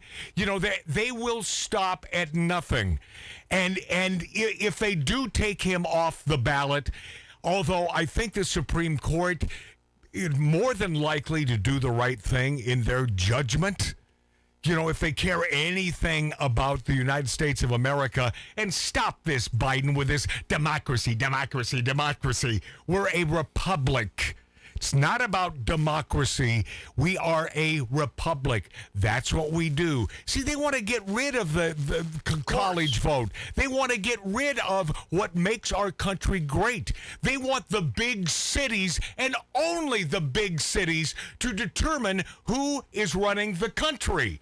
And that ain't right. You know that's not right. Well, it's friggin' ridiculous. Statistics. They know that it'll, you know, they're the majority. Well, Matt, okay, and in D.C., right, who's in the freaking White House now and all that crap, we know it's a bunch of corrupt people, including everyone. Mark, by the way, corrupt on both friggin' sides. No, I understand that. You know, but that's unfortunately the honest to God I understand truth. that, but what I'm saying is a lot of these bigwigs out there, they're afraid. They do not want him back. They didn't want him there the first time. Mark, because he's exposing these Mark, they will a-holes. do everything in their power because for them this time around, it is a matter of life and death. They're going to lose their jobs. It's a matter of life and death. He will clean house. And so I don't know, when you have this sort of a power with, in their opinion, nothing to lose, and the media gives them a pass. They give the Democrats a complete pass, and not only that, prop them up. How in the hell could he be our guy? I mean, really logically think about it. When these people look at death as the option, they will stop at nothing to keep this man from being our president of the United States. And they've second proven term. it every day. They prove it every day. Exposing. Yeah, he's already exposed a lot of stuff. But Hillary Clinton, she's shaking in her boots. But back to I don't know if she's shaking. And by the way, yes, they are. They're army boots. But big ones. But back to Uncle Dick. Both trips to the airport. Last time I was there, twice in 1 month, about 2 months ago in Northern Nevada, when he took me to the airport, to the Reno International Airport, he made me listen to NPR. He had NPR on the entire time. Now, does he normally listen to NPR? I think it's between that and some bluegrass station, which I would love a bluegrass compared to NPR. Sure. But I knew I didn't like NPR, but after listening to an hour of the rhetoric and the lies out of those sons of bitches, It's bad. I can't have him drive me around again. Yeah. I said I can't put up with it. No. All right, we'll be this after back. A lot to get to on Magic Matt's Outlaw Radio. Thank you for being there.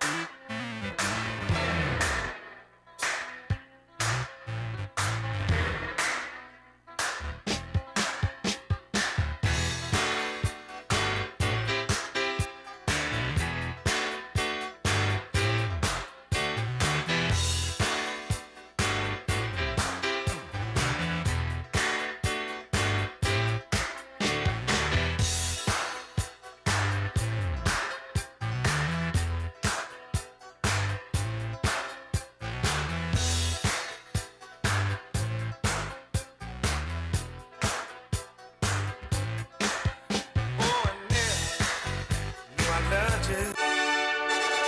We stand for fun. We stand for great cigars. We stand for the perfect martini. And we stand for the American flag. We are Outlaw Radio with Magic Matt Allen. Yeah, no way in hell I'll be doing this again. No way in hell. I will not be masking up at a grocery store again. I will not be doing this. Mask up, my friends. It's election time. You're seeing this in the big cities now. You know, they're in the hospitals. Masks mandatory, even though disproven that they do a damn thing, that they do anything positive. I mean, explain that to me. How stupid must you be not to understand that they do nothing? I wonder if we're going to see more of Fauci and Barbara. I don't know. I think they'll, Fauci has been any way the wind blows, so they probably want to keep that man away from us. But I will not do it again. I will not do it again.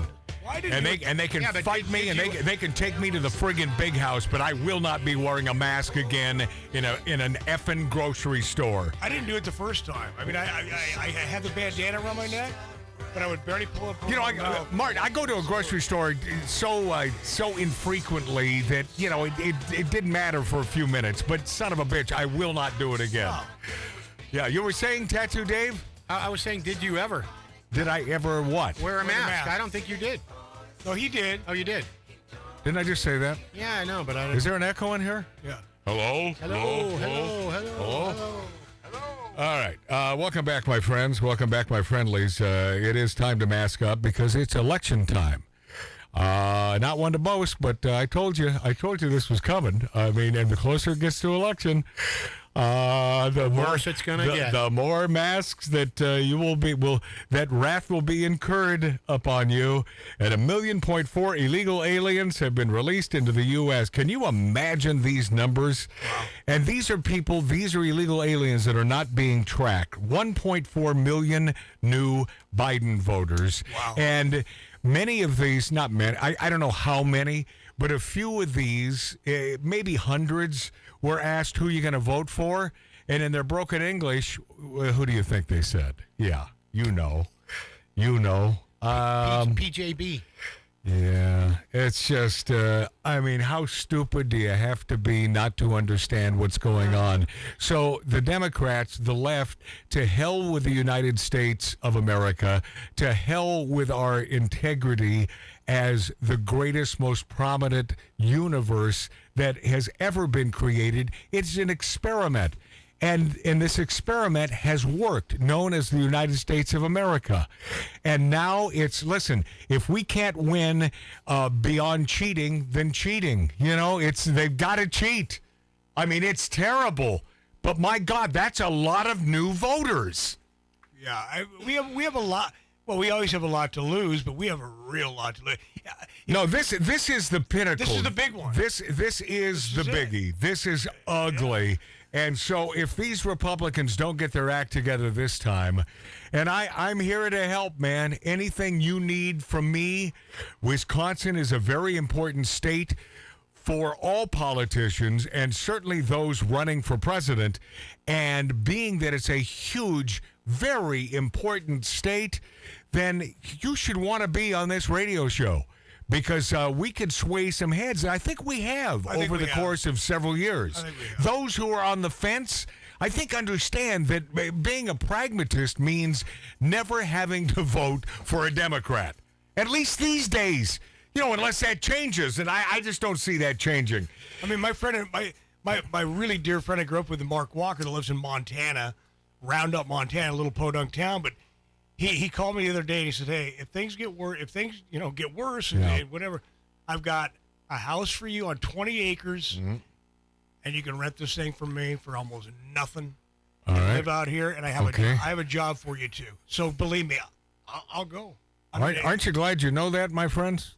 Trying to listen and adore Magic Matt's Outlaw Radio. The Montana's hey, cool. Disney star Mark Ruffalo, can't stand this guy. Oh, God. Shares fake AI-generated Trump Epstein Island images and then gets slammed. But this is, if you're ever scratching your noggin, who are these people? Who are these people?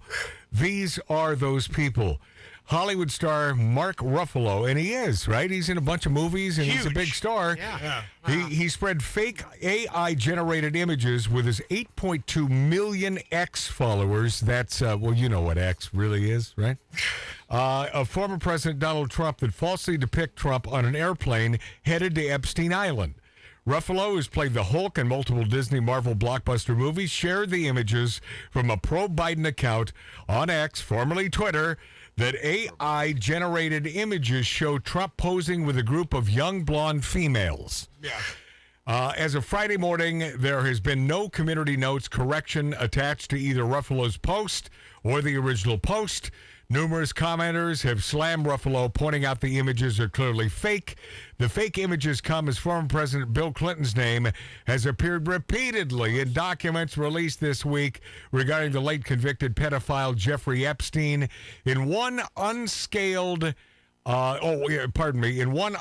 deposition, Jeffrey Epstein, what a scumbag, dead, slimy bastard, allegedly told one of his victims that Bill Clinton likes girls young. Yeah, I hope he's having a good time in hell. How icky is this? Yeah, he's a sick... This isn't the first time Mark Ruffalo has fallen for a hoax designed to hurt Trump. And I believe that any one and all of these hoaxes regarding Mark Dummelo, Hollywood movie star and television star, I think we've been on the positive tip of these as well. Last year, he was one of several Hollywood celebrities who spread former White House aide Cassidy Hutchinson's discredited accusations that then-President Trump physically attacked two Secret Service agents in an attempt to grab the steering wheel of the presidential vehicle on January 6, 2021. You remember that one, too, right?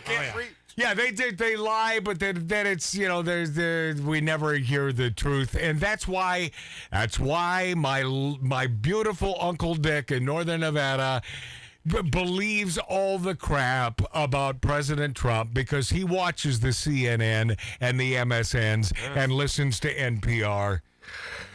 You know, our buddy, our YouTube phenom, Wonder Hussy, who we adore, we love that God woman. Bless her, man. She will listen to NPR, and it's like, oh, come on, why? Unless you want lies. You know, and you're not getting both sides even close when it comes to NPR. Yeah, but she's kind of a, you know... Well, she's a hippie chick. Yeah, she might listen to that. But she listens to a lot of it. You know, No, there's no reason to ever listen to NPR. Yeah. I'm telling you from someone who was forced into it twice in 1 month. She's a smart... It's terrible. I'd rather watch 10 minutes of The View than an hour and listen to an hour of NPR. That says a lot. That's how bad it is. I mean, That's it really pretty is bad. It really is bad. Harry Potter prophets soar as trans mob attempts to cancel J.K. Rowling, and why are we not hearing that the latest shooter in, it's not Indiana, it's Iowa. Why are we not hearing a lot about that shooter? Because that shooter was LGBTQ. And Give it up for yourself.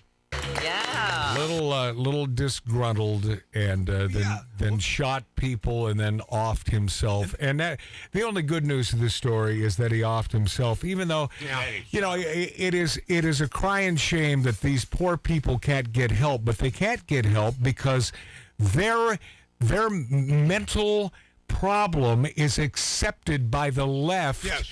And it continues on because if you want to have your genitals ripped out, we'll help you. But they'll try to justify this, and they'll try to justify this by saying, well, see, because he was so confused because he's not accepted. That's why he did this. That's why he went crazy. No, these folks have never been more accepted in their lives. And I accept all of you. Stop spreading around misinformation, however. I accept your sexual proclivities. As long as you're not a pedophile, then I think you should be put to death. Yes. But aside from that, have a happy day. Just stop making it an effing issue. Yeah, we don't want to know about it. Right. Period. Harry Potter profits have soared as trans mob attempts to cancel J.K. Rowling. This woman is a real bona fide, dyed-in-the-wool great broad. Love her. I love this lovely woman. Acclaimed author J.K. Rowling just keeps on winning despite the combined forces of left-wing critics and woke dissemblers. The Harry Potter creator has defied all of these efforts to cancel her and can sit back and enjoy seeing her bank balance rise. God bless her. Isn't that awesomeness? Yeah, that's fantastic. Over the past 12 months, Pottermore Publishing, a global digital audiobook and ebook publisher of Harry Potter books and affiliated Wizarding World titles, experienced a surge in sales soaring from approximately, here in the U.S., $7 million to more than, here in the U.S., $11.9 million. Nice. Yeah, almost doubling over the last fiscal year. Critics sought to banish the British author in 2020 after she voiced her stance on protecting sex-based rights for women. Both she and her family face threats from critics simply for expressing her own views rather than conforming to the perceived wisdom of those who opposed her.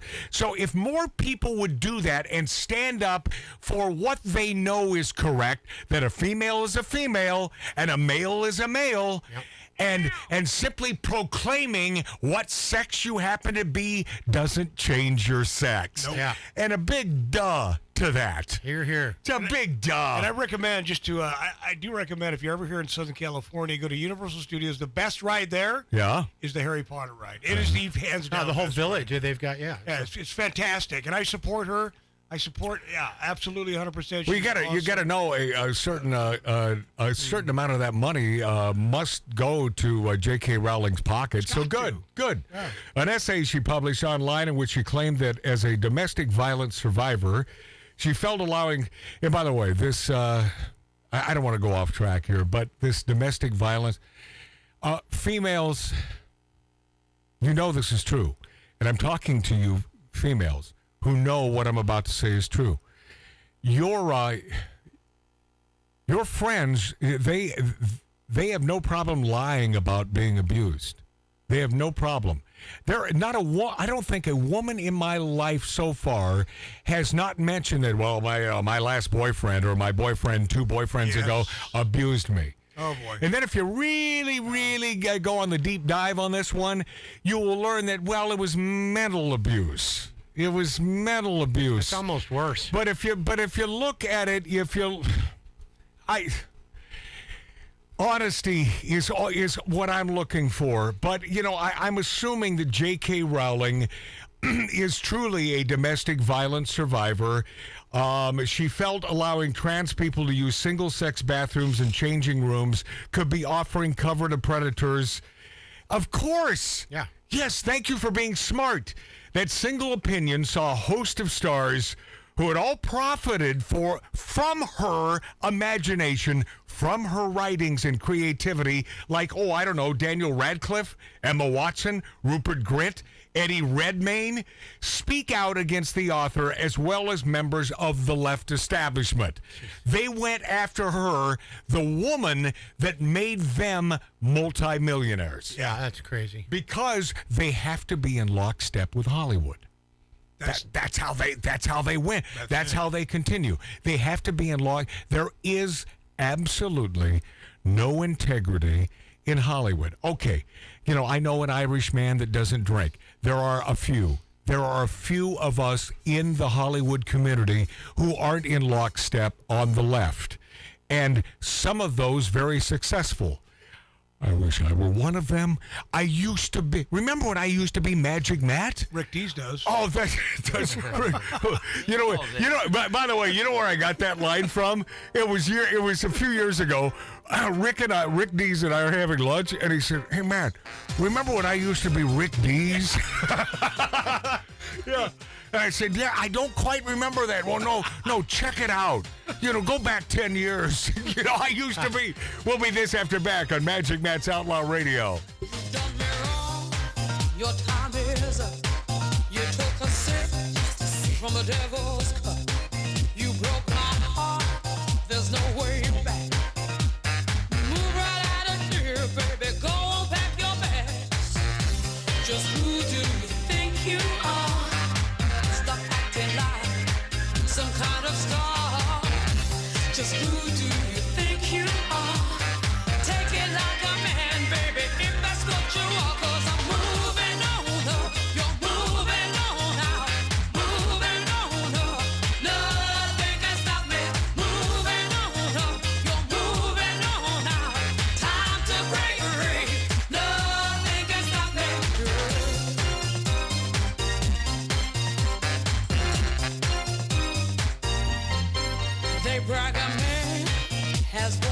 space, but you can't even find my place.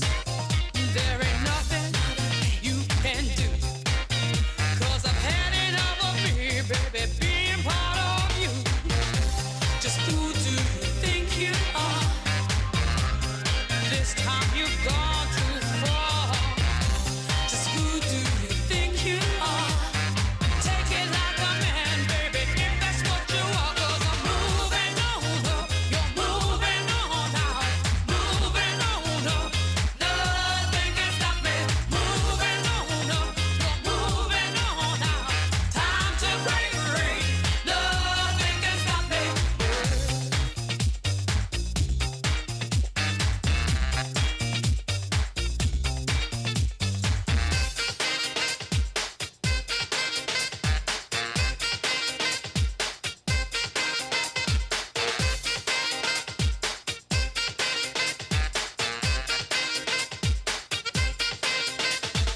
Moving on up, moving on up, moving on up, moving on up, moving on up, moving on up, moving on up, moving on up, moving on up, you're moving on out, moving on up. Nothing can stop me. Moving on up, you're moving on out. Time to break free. Nothing can stop me. Moving, moving, moving. Nothing can stop me. Moving, moving. Time to break free. Nothing can stop me.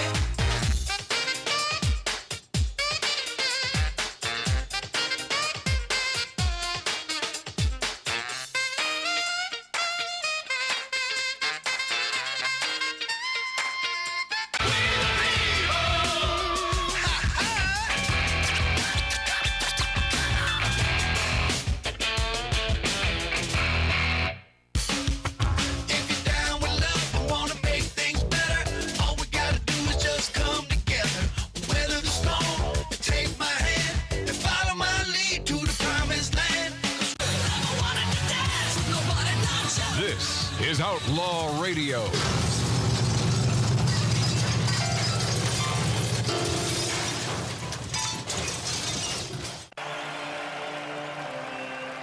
Hey, thank you from the bottom of our hearts for being there and spending some time with Magic Matt's Outlaw Radio on YouTube, on Rumble, on X, a.k.a. Twitter. We're never going to call it X. I mean, just go back to Twitter and Well, then Elon Musk, call you it know, a day. Elon. SpaceX and Come on, X. man. Yeah, whatever. Welcome back to Stupid. the big ferocious dog of broadcasting, Magic Matt, from the hills of the San Fernando Valley. We're spitting distance from Hollywood, Cali, where all those woke lefties live. Matt Freihart out of the great state of Wisconsin. Happy New Year. I'm listening and watching. Happy to report my best friend just had a baby boy, and the boy looks just like him. It's a miracle baby, so everyone here is over the moon happy for him and his wife. God bless. Yeah, excellent. Matt Freihart, man, longtime listener to Magic Matt's Outlaw Radio way before we were on YouTube. And, Yeah. But another great Wisconsinite.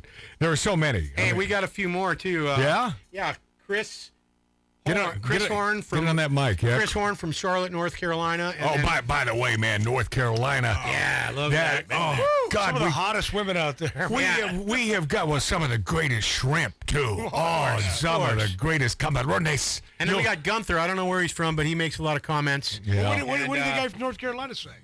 He was What? a new listener. I'm just giving him a shout out. right. And then we got good old Steve Abbott over in Wisconsin yeah, with love his him. buddies Dave Yang and Nate Paczynski sitting by the fire watching us. Hey, Steve, well, you got to. God, I hope they have a fireplace. Yeah, they do. He sent me pictures. No, they're in the middle of the street. I got proof. Yeah, Steve Abbott's he's the one who started the whole setting meats and cheeses from Wisconsin. Yeah, but Steve stopped. Yeah. Hey, Steve, nobody told you to stop, buddy. He's been on the road a lot. You know, I talk to him every day. No, he's one of our good old truckers, Yeah, man. man. One of He our is the man. good old trucker buddies. And if you know anything about Magic Matt's Outlaw Radio, you know how much we appreciate the truckers. Love those truckers. Well, it's nice to eat sometimes, and they deliver our food. Yeah, they do. Yeah, and I got to tell you, this guy checked on me every other day in the hospital. It was he's just... Nah, he's a caring guy. He really is. He's one of the good ones. Hey, speaking of Wisconsin, a little community there in Wisconsin was upset as nearly half of the police force quit on a single day. Big Bend, Wisconsin resigned on December 28th, and blame has been placed at the feet of the village board members. A few months ago, you see, the village board chose to disband the police agency, but reversed the decision after receiving pressure from locals, so they all gave it up. They said, all right, we all quit. Hey, find on that instant replay there. Work with me, Dave. Put in cop, and I think this dude will come up. We play it from time to time.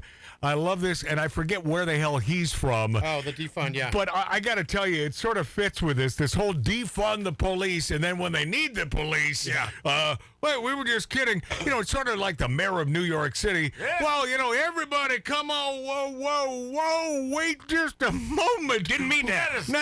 Not that many of you, but, you know, it's like, how rich is too rich? How many immigrants is too many immigrants? And now he's suing the governor of Texas. Right. No, he's not. He's suing the bus companies. Yeah. This a-hole, this New York mayor is now suing the bus companies for shipping these immigrants from Texas. By the way, the governor of Texas, you're doing the right thing. You've proven to be doing the right thing. That guy, I'd vote for that guy for president in 2 seconds. Yes, sir. Here, this is that classic, you know, from a couple years ago. It's only 30 seconds. Go. That's it. So I come in this morning and we're informed there's going to be a protest. Yeah. To defund the police. It's fine. I like protests. Except for they requested a police presence, you know, for their safety at the defund police event. I shit you not. You can't awesome. You simply can't make this crap up. That's Frank. It's Fridays with Frank is his show, and I will promote his show because he's funny. That's the cop. Oh, is that the cop? Frank. Fridays with Frank. Well, I'll tell you what, that little snippet a few years ago put him on the map, man. And, you know, anything he does, I'm with him. But it's, you know, wouldn't you think this was shtick? This was a bit? And it's not. It's not. All right, we'll be this after back. A lot to get to, including, like, what do I have? I do have a lot of stuff. Oh, New Jersey officers direct waves of migrants to New York City amid the crisis. They said, F this crap, so they're directing them from Jersey back to New York. We'll be this after back on Magic Matt's Outlaw Radio. Wait a minute. Fill my cup, put some nigga in it. Take a sip, sign the check. Julio, get the stretch. Right to Harlem, Hollywood, Jackson, Mississippi. If we show up, we gon' show out. Smoother than a fresh drop. Skip it. I'm too hot. Call the police and the fireman. I'm too hot. Make a dragon wanna retire, man. I'm too hot. Bitch, say my name, you know who I am. I'm too hot. And my band bought that money. Break it down. Girls hit you, hallelujah. Girls hit you, hallelujah. Girls hit you, hallelujah. Cause Uptown Funk don't give it to you. Cause Uptown Funk don't give it to you. Cause Uptown Funk don't give it to you. Saturday night and we in the spot. Don't believe me, just watch.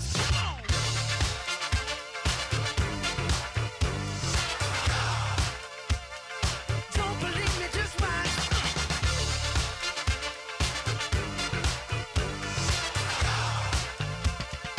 Don't believe me, just watch. Don't believe me, just watch. Don't believe me, just watch. Don't believe me, just watch. Hey, hey, hey, oh! Before we leave, let me tell y'all a little something. Uptown, funk you up. Uptown, funk you up. Uptown, funk you up. Uptown, funk you up. I said uptown, funk you up. Uptown, funk you up. Uptown, funk you up. Uptown, funk you up. Come on, dance, jump on it. If you sexed and flown it, if you freaked and own it, don't brag about it, come show me. Come on, dance, jump on it. If you sexed and flown it, well it's Saturday night and we in the spot. Don't believe me.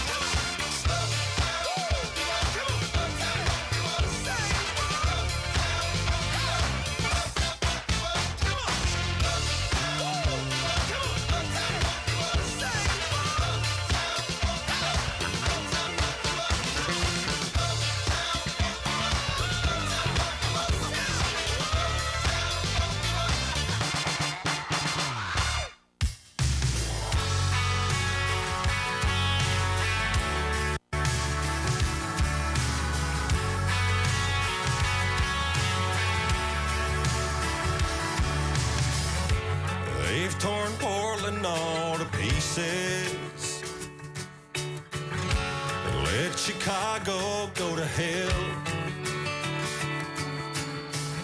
There's people leaving New York City like they rang the fire bell.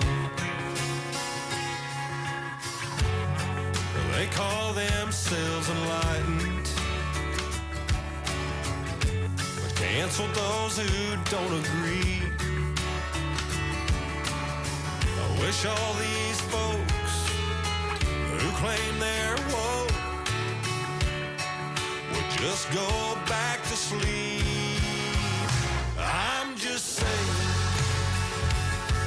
have we all lost our minds? I'm just saying,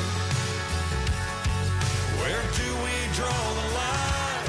I know y'all think it takes balls to be singing what I'm singing, but I'm just saying what you're thinking.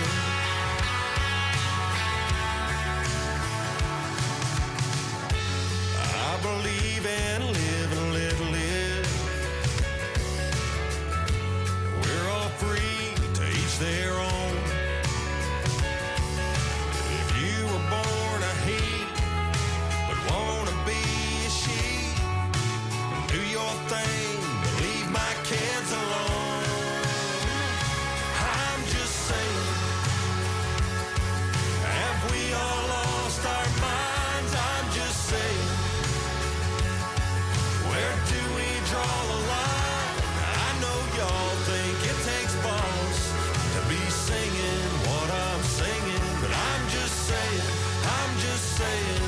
You're thinking. We send them off to college to get them educated. They send them back to us indoctrinated. And how much are we paying? I'm just saying, have we all lost our minds? I'm just saying, draw the line, no offense, but common sense is the direction that I'm leaning. Some of y'all think it takes balls to be singing what I'm singing, but I'm just saying what you're thinking. Yeah, what you're thinking.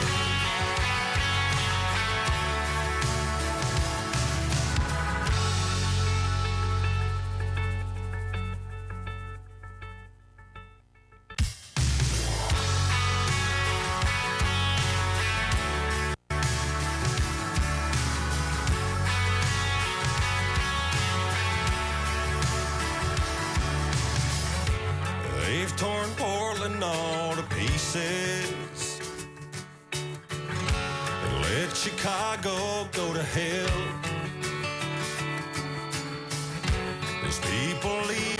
Doohickey, you know, the doohickey that rolls. Hi, this is Meatloaf. Okay, kids, you know what time it is? You know what time it is? It's Outlaw Radio time! The most imitated radio station in the nation. I'm through with standing in line for some fun to begin, but I found a good thing leaving me with a grin. It's time for Outlaw Radio to begin. You have the great Billy Gibbons here? Yeah. It's very cool. He just passed out. Oh, wow. Hey, that didn't sound too bad. Huh? At the Light 'em Up Lounge. Oh, man. We're here with Matt.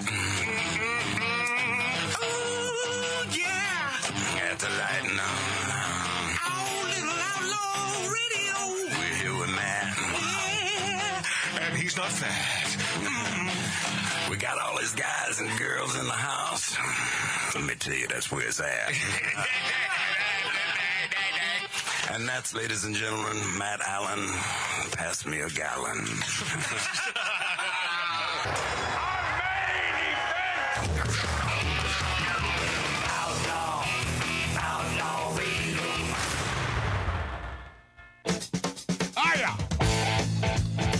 I'm ready. Welcome back, my friends. Welcome back, my friendlies, to the third hour. Magic Matt's Outlaw Radio. Smoking, drinking, interrupting from an 1876 Virginia City, Nevada-style bar here in Southern California, the hills of the San Fernando Valley, spitting distance from over there. For those of you watching us on YouTube and on Rumble and on X, a.k.a. Twitter, you see me pointing that way. That's where they live, in Hollywood. We're just minutes away from Hollywood. Oh, come over here and get your picture taken with the fake Superman on Hollywood Boulevard. Yeah. That's what you do on Hollywood Boulevard. There's only one redeeming facility there on Hollywood Boulevard, and it's called Musso and Frank's. That is a great restaurant. It's been there since 1917, I believe. Been around a long time. All the great Hollywood stars who, P.S., were not big lefties back in the day. The Charlie Chaplins of our time. You know, those who made Hollywood great again. They were not big lefties. They loved the United States of America. They were not haters.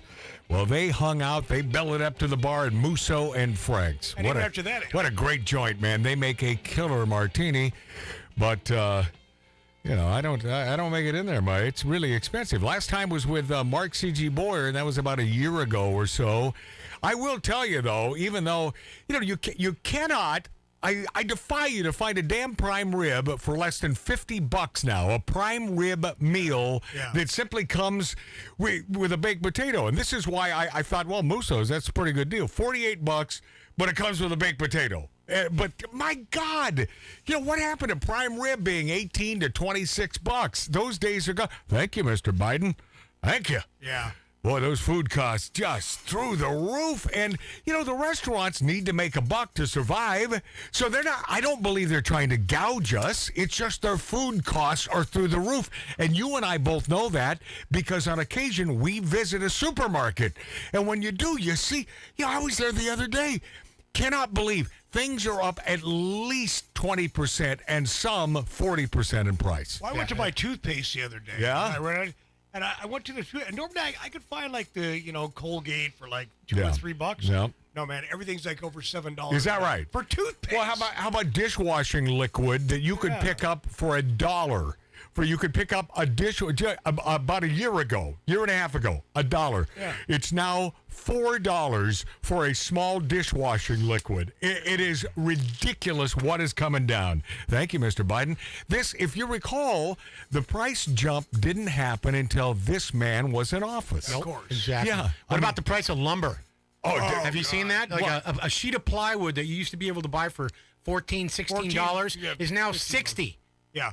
Is it really? It's insane. Is it really? How about one 2x4? Yeah, 2x4s were what, $1.50. Now they're $8, $9. One. No, this is the America. This is the new America. We should vote for this friggin' piece of crap again.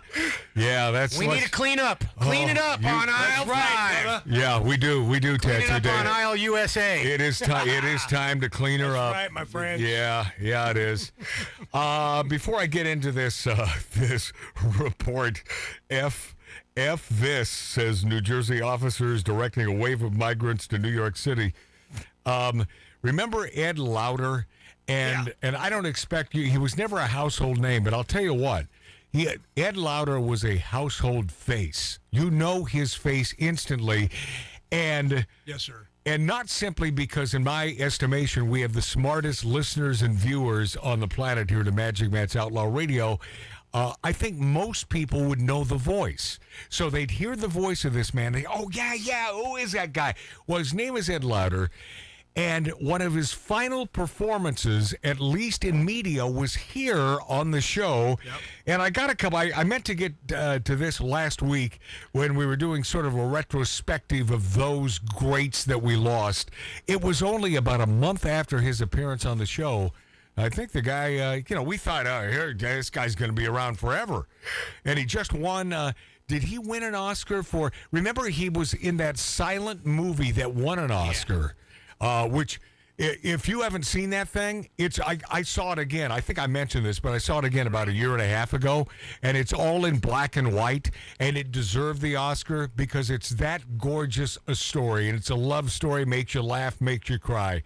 When Ed came to the house, Matt? Yeah, and Ed was in this movie, and with much acclaim. When he came to the house, man, the first time he did our show, he sat down and he looked at me. I was drinking a beer, and he said, "Do you have anything except for Coors Light?" I said, "Well," I said, "I happen to have a dark Irish friggin' beer." Yeah. And so I cracked it for him, and he's like, I was his best friend. Well, being an Irish man and all.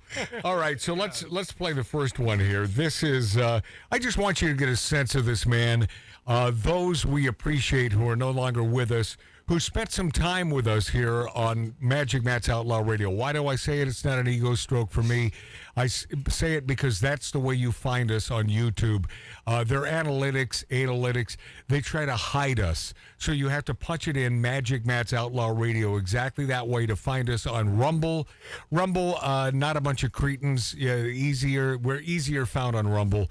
And on Twitter, but it's a tough one. And the big dog continues to be YouTube. You know, love it or hate it, they are the big dog, man, when it comes to social media. No getting around it. No. We're also on Spotify. And all the podcasts. So if you miss any part of this, you'll find us on every podcast platform.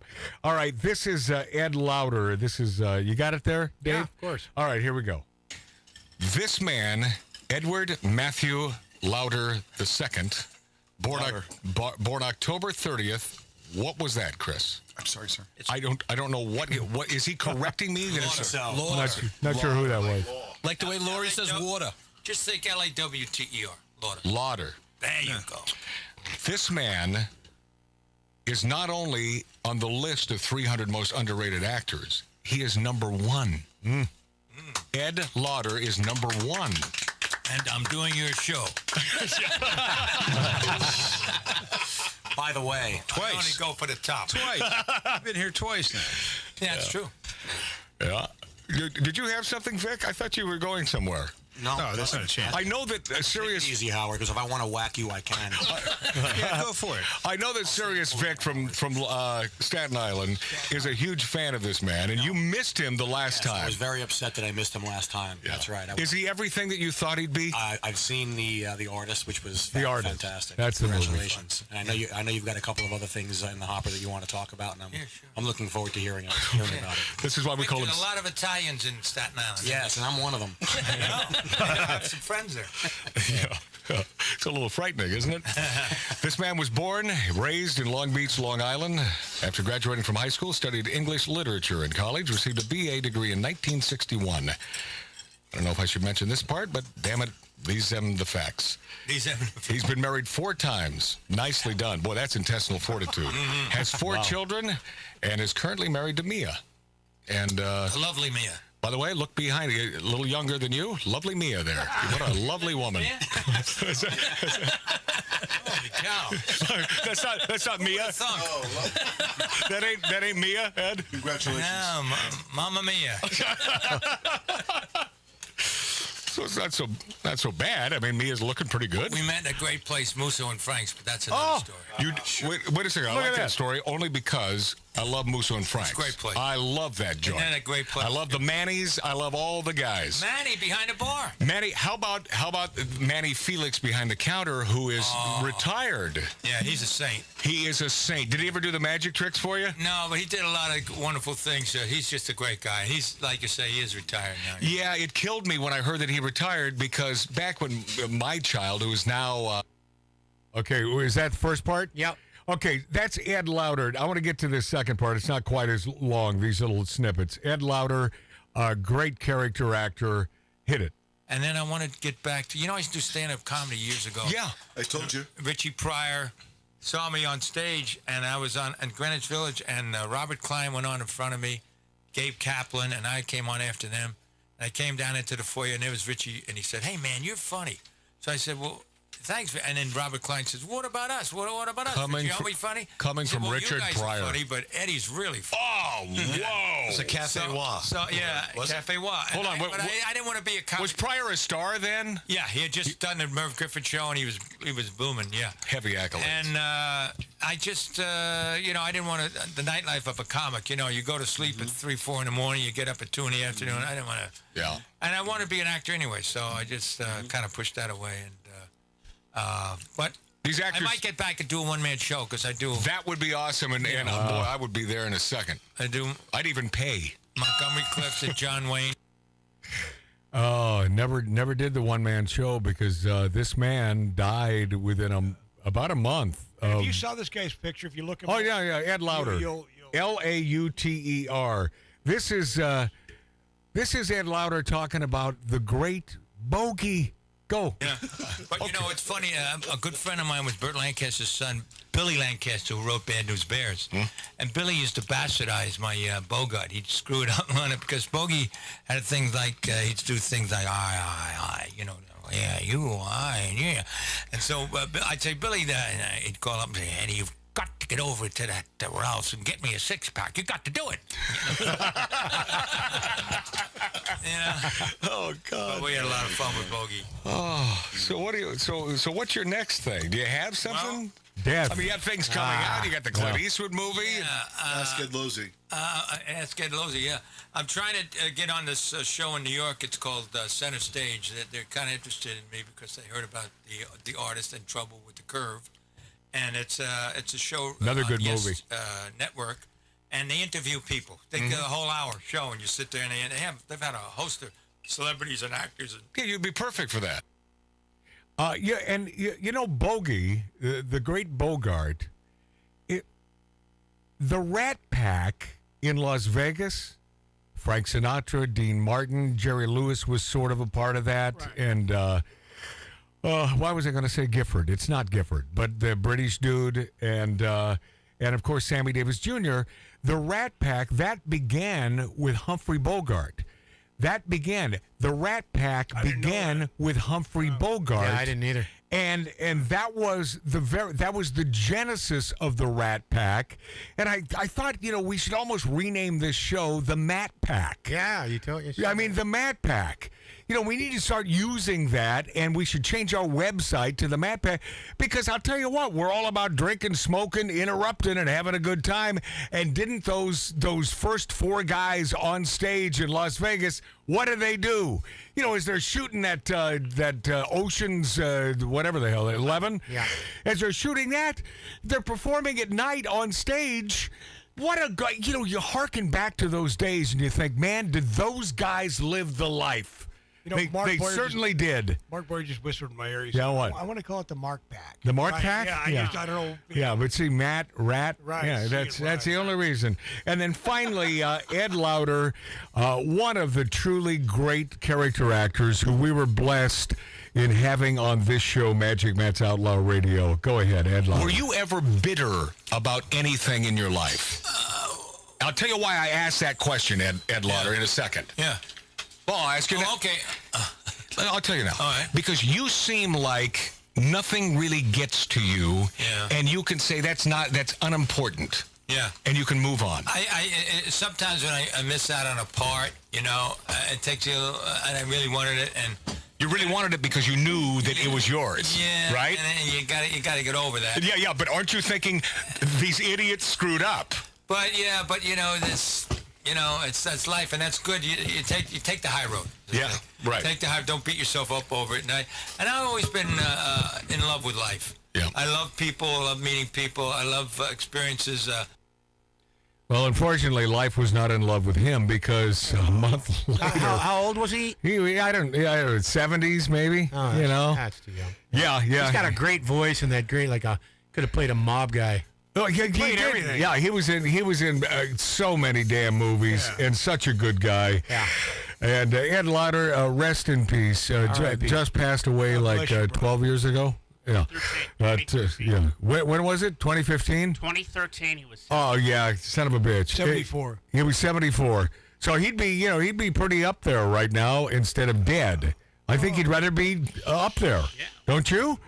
He'd be here at the bellied up to the bar drinking some Irish whiskey with us. Hey, and thanks to our HR man, Billy Dilly, for bringing over some whiskey today. He's, I'll tell you what, he's a gracious man who came over to our little New Year's Eve party. Here's the thing. I wasn't going to talk about this, but I think you'll be interested.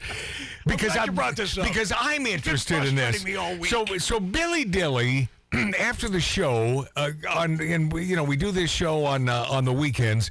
The next day, he wakes up early and he heads back on his scooter to the bus, and they put the scooter up on the bus, and he makes it over to Glendale, California, and then he hangs out there and he works. He works 5-6 days a week, different jobs and so on. Well, we were having this New Year's Eve celebration, and he came back thinking that he would be back here on a Sunday and then stay overnight. Well, he came back for about an hour and a half, and then most of that time spent trying to figure out how he's going to get out of here that night to visit his friend. And I guess Tattoo Dave set it up for him to come back here. Yeah, he called me. $48. $48? It was $50. It was $49.90. You mean using Lyft or Uber? Yeah, Uber. He called me and asked me to Uber him over here. So he Ubers the hell over here. Yeah. $50 later, and then the minute he steps in here, I'm thinking he'll stay overnight, right? Why not? Right? Yeah. But the minute he's over here, he's thinking, well, I got to get out. And I'm thinking, why'd you come over if you have to go back? And I thought, well, he'll eventually stay overnight. No, he didn't. No, he didn't. And Boyer brought him to the bus station, I guess. And then I took him to the local Denny's. Okay, the Denny's. So he gets a bus from there. He got a cab from there. You took him to the Denny's? He spent because it's warm inside. Okay. He spent another $50 getting back. There's $100 trip. So $100 down a rat hole, and yet a week later, Billy Dilly, our Marine, hoorah, our head of HR for Magic Matt's Outlaw Radio, shows up with a bottle of whiskey. This man is a gracious, beautiful man. He is one of the good ones. Yeah, when I first saw the whiskey out there, I thought, well, Dave, what a nice thing for Tattoo Dave to do, right, He doesn't do that anymore. No, he doesn't. No, he's been out of work for a while. Yeah, so well, he's been in the damn hospital, for God's sake, you know.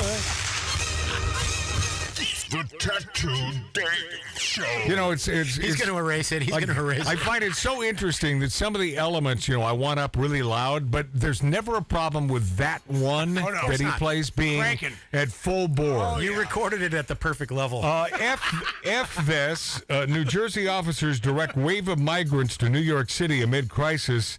New Jersey officials, and I have a place in my heart for the great state of New Jersey. I live there. I love my neighbors in West Orange, some of the greatest salt of the earth, greatest people, and home of the Ripper. I made a Ripper last night, which is a hot dog that you deep fry, and then it opens up, sort of ripping open the skin. Man, those are delicious. Good. And they were created in not West Orange, but New Jersey. New Jersey officials are trying to keep New York City from sending migrants to their state as the flow of illegals seems never ending.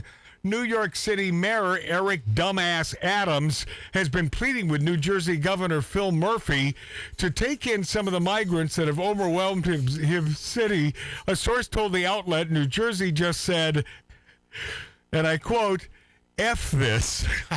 New Jersey transit cops were waiting for them in Secaucus. I know Secaucus very well because right down the street is home of the land caucuses. So Secaucuses, those are the birds that, of course, land in Secaucus. The land caucuses are right down. It's Meadowlands area, and where I used to broad chase, meant to say cast, from Z100 from the top of the Empire State Building. That's where our transmitter was Secaucus, New Jersey. So I know that area very, very well. A lot of poop. What? Bird poop. What? Oh, oh yeah, the sea caucuses. Yeah, the noises those little freaky birds make. Oh, it's you don't want to hear it. A source told the outlet, the New York Post, New Jersey just said F this. New Jersey transit cops were waiting for them in Secaucus to show them how to get on the train to New York. Love it. Love it. That's awesome. Yeah. Okay, New Jersey. New Jerseyites. Joycey. Yeah, have you had enough? Are you going to vote for a damn Republican this time? Yes, Come on. Yes, we are. Come on. And Disney loses the top spot at the box office to Universal because old Disney's woke flops have piled up. Oh, yeah. Disney all woken up. So the Walt Disney Company lost its top spot. Man, they've been top for years. In 2023, as the studio experienced an unprecedented string of woke flops, including The Marvels, Wish, and the latest Indiana Jones sequel. Anybody see that thing? No. Nope. Indiana don't. None of us? Yeah, no. So it must. You think it sucked? You think it probably sucked pretty bad? Come on, man. For the past, it was just okay. Yeah. You don't want an Indiana Jones to be just okay. No. I mean, the sequels are pretty damn good. The one with Sean Connery as the dad, that was awesomeness. Yeah. For the past 7 years, Disney has reigned supreme. Thanks in part to, the Marvel and Pixar brands, man, it sort of propped up Disney. But this year, Universal took the #1 spot, propelled by the Super Mario Brothers movie and Oppenheimer. As I understand it, they were not woke movies. Universal generated an estimated $4.91 billion in worldwide ticket sales compared to an estimated $4.83 billion from the 17 titles released by Disney, according to a tally by the Hollywood Reporter. And believe me, Hollywood Reporter did not like putting that little tally wanker together. But what did I say? I'm not getting. Yeah, Tally wanker? the dethroning of Disney marks the latest piece of bad news for the beleaguered studio. Yeah.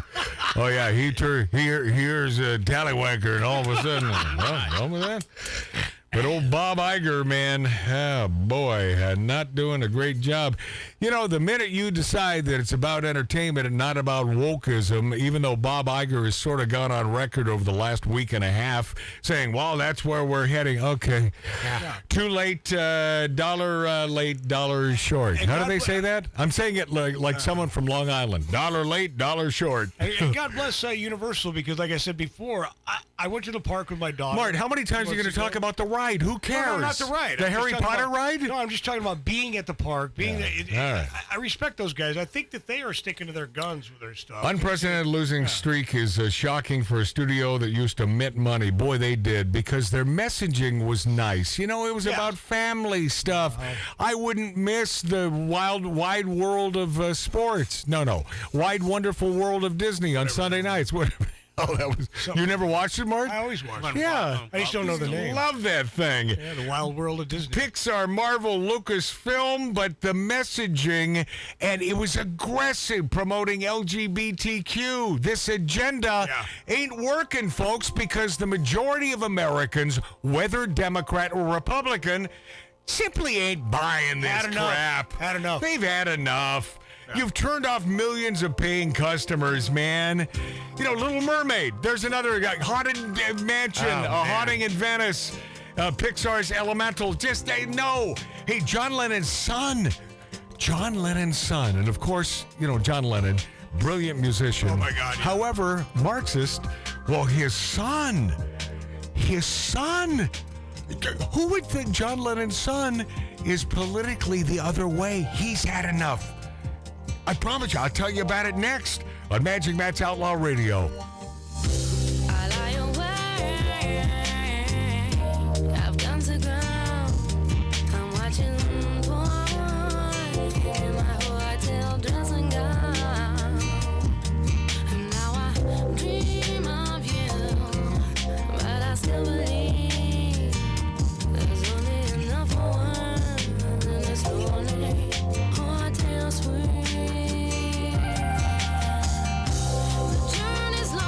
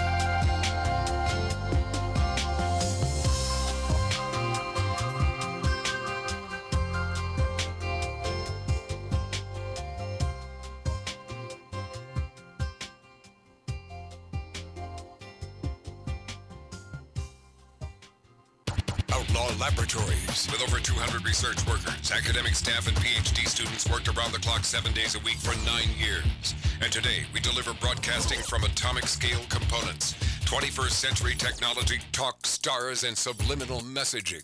Motivating, stimulating, mildly erotic, 24/7. Outlaw Radio. Imagine there's no bread.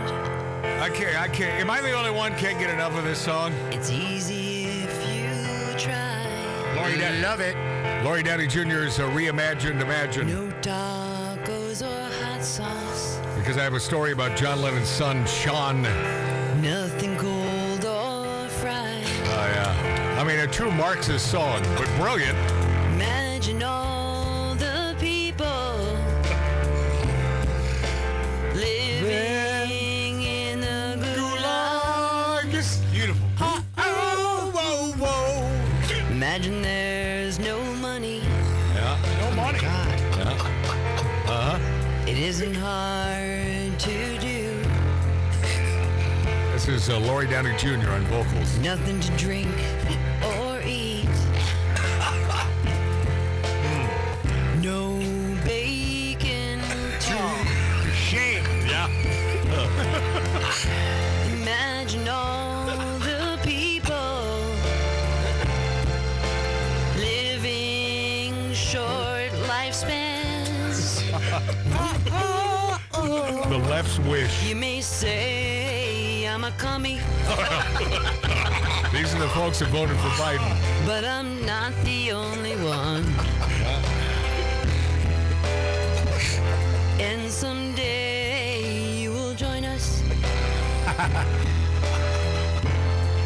Or we'll shoot you in the face. Uncle Dick, straight from Uncle Dick. Yeah, no kidding. Imagine no possessions. That didn't even rhyme. No. Because all your stuff was redistributed. Utopian world. Lots of greed and hunger. I don't know how she kept a straight face. Oh, no, she's good. She's a pro. But seriously, please, can I have a potato? I mean, really? Imagine all the people sharing all your stuff. You may say I'm a commie. Yeah. But I'm not the only one. They voted for our president. Did you say you don't like that? Yeah. Then it's the gulag for you, son. All right, there it is. Meaning, there it is. Thank you, Lori Downey Jr. Yeah, the best. The best. Yep. That man's son, John Lennon, says DEI stands for, get ready, this is Sean Lennon. Says DEI stands for Dumb, Evil Idiots.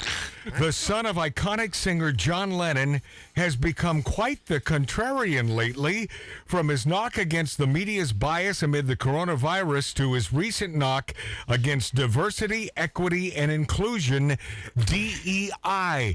The worst thing that has happened to this country in years is called DEI.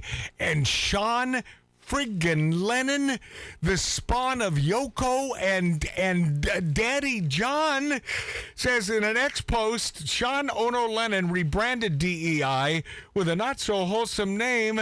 Have you guys heard of DEI? It stands for Dumb, Evil Idiots. Good for you, bud. Yeah. Good for you. I don't know, and you obviously don't know, but you certainly have more insider info than I do because your mom's still alive. But, where John would side on the weird crap that's going down these days. Nowadays? Yeah, I don't know. I think he would, man. I don't know. Maybe Billionaire Bill Ackman claims Harvard President Claudine Gay was hired because of DEI initiative. I only mention this because it makes perfect sense, my friends. I mean, this is simply common sense.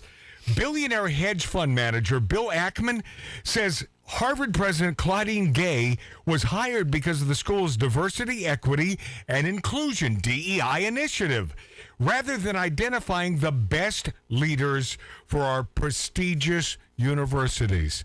And that goes with any job.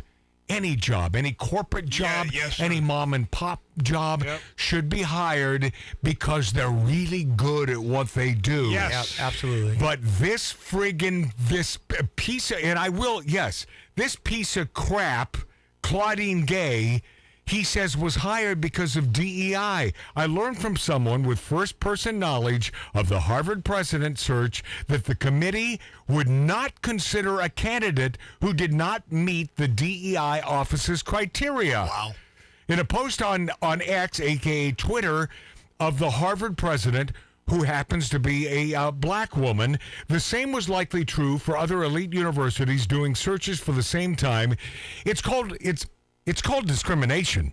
It's exactly what it is. And you can call it reverse discrimination, whatever the hell label, but it's simply, in my opinion, it's discrimination because they have to fill a set of criteria. Yes. Creating even more limited universe of DEI eligible presidential candidates, Ackman continued in his post, shrinking the pool of candidates based on a required race, gender, and/or sexual orientation criteria is not the right approach to identifying the best leaders for our most prestigious universities, he said. The hedge fund manager went on to say it is also not good for those awarded the office of president who find themselves in a role that they would likely not have obtained were it not for a fat finger on the scale. I've been called brave for my new tweets over the last few weeks. Same could be said for those called out Joseph McCarthy during the Red Scare. Ackman said, I don't care. I don't think it'll be long before we look back on the last few years of free speech suppression and the repeated career-ending accusations of racists for those who question the DEI movement. I agree with you, man, and I hope that's true. I hope we do look back and say, wow, what happened here? Yeah, WTF. And we're in the thick of things, man. He concluded his post writing, we are all shortly going to realize that the DEI era is the McCarthy era part 2, adding history rhymes, but it does not repeat. Ackman slammed Gay, as well as MIT President Sally Kornbluth and UPenn President Liz McGill, demanding that they resign in disgrace following their comments during a congressional hearing. In short, they said, it depends on the context and whether the speech turns into conduct that is actually killing Jews. The billionaire added that this could be the most extraordinary testimony ever elicited in the Congress, certainly on the topic of genocide. Can you imagine if in this context they were talking about blacks? Yeah. Could you imagine? Wow. Could you, God. It depends on the context. In the war. Or how about this? LGBTQ. Yeah. But no, it's okay. Not enough of them. But it's okay to hate the Jews. I can't fathom this. It's unbelievable. Who hates the Jews? Well, it ain't us on the right. Okay?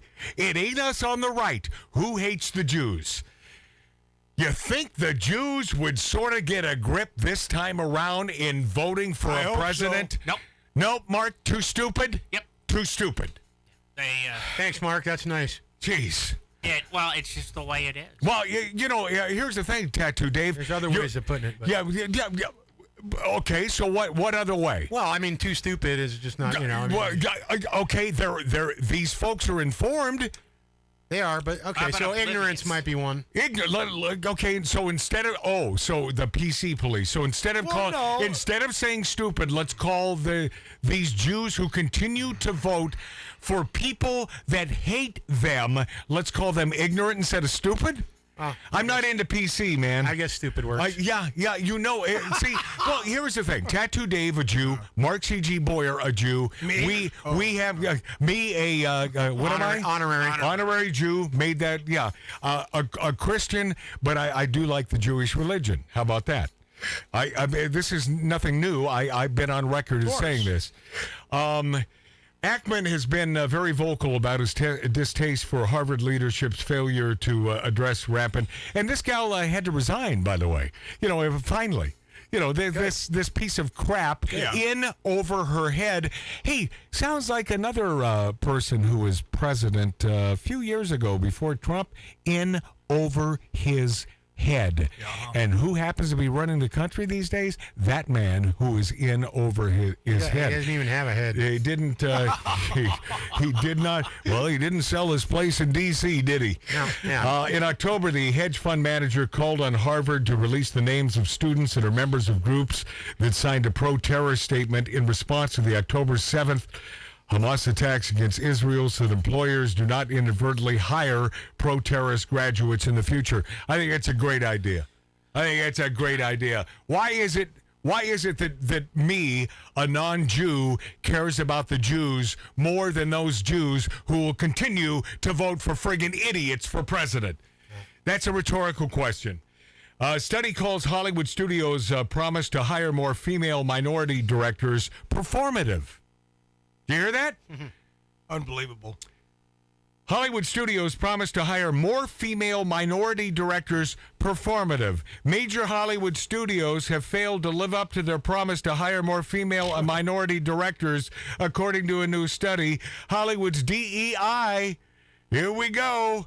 DEI hypocrisy laid out in full view in a new report by USC Annenberg's Inclusion Initiative, which blasted the entertainment industry's pledges to embrace diversity as performative acts and not real steps toward fostering change. Goes back to there's a set of criteria that you need to hire, and it has to be this and this and this. Has nothing to do through it. It has nothing to do with performance. With your job performance. It has nothing to do with that. Well, it should be, but it's not. Study acknowledged that Barbie, directed Greta Gerwig, topped the box office for the year, but one film or one director are simply not enough to create the sea change that is still needed behind the camera. Son of a bitch, shut up. Just shut up. The study's authors warned this. You sons of bitches. You piece of crap. You piece of crap. You don't want the right person for the job. No. You simply want this set of, must be this, must check off this box. Gotta have a certain amount of these. So, Matt, I work Tattoo Dave. It's so son of a bitch and wrong. It's wrong. Everything. And Matt, I work with some people that I can't believe are even on the job site sometimes. I look around, I go, they're standing there on their phones. Yeah. They're lazy pieces of crap. Because they had to have this certain amount of these people. Right. And it's like, I'm busting my ass over here. Yeah. And you and I will both bust our asses because that's the way we were brought up. Right. You know, our father brought us up that way. A day's work for a good day's pay. Yep. I mean, that's who he is to this day. That's who we are. Yeah. And my mother the same way, man. Our sister the same way. Yeah. I mean, I could say the same for our younger brother, but not. But anyway. But here's the thing with our Mike. No, here's the thing with our youngest brother, Michael. So brilliant, a brilliant composer, and what a friggin' idiot. He's got all of this music. I promise you, on my daughter, I'm telling you this from my heart. His compositions and his performances, hit records. He'd be a gazillionaire. He would be. Man, there's a reason he'd be worth at the very least $20 to $50 million. Matt, there's a reason you brought him over to Sony Records back in the day. Yeah. Because he's that brilliant. Because I know hits. I know hits. Yeah. And this kid, who's not a kid anymore, knows how to write kids.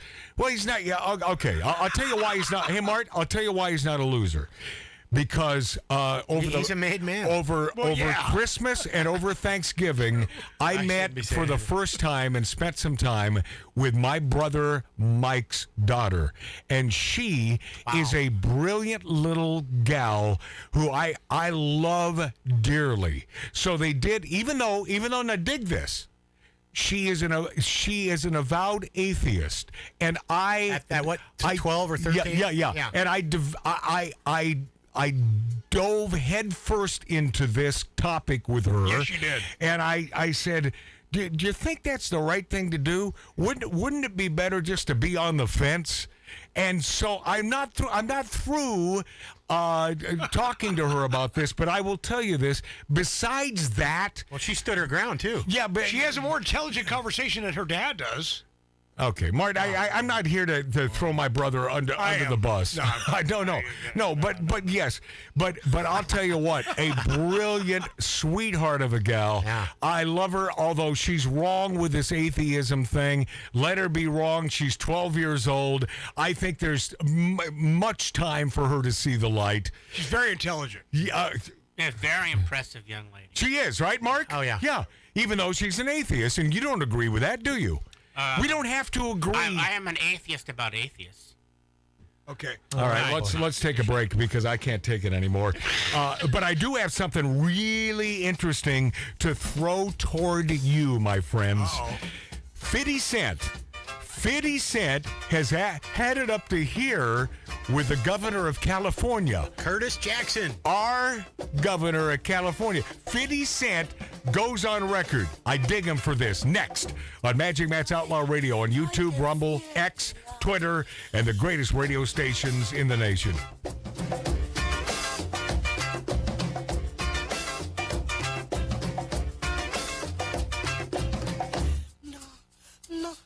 No, I.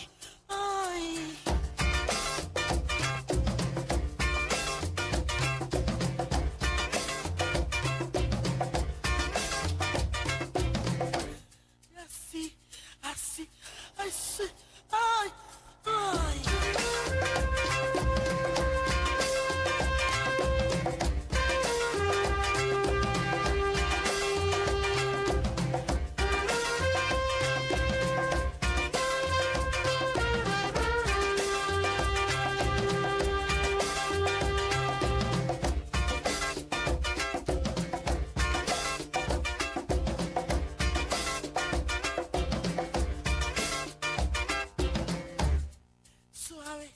No.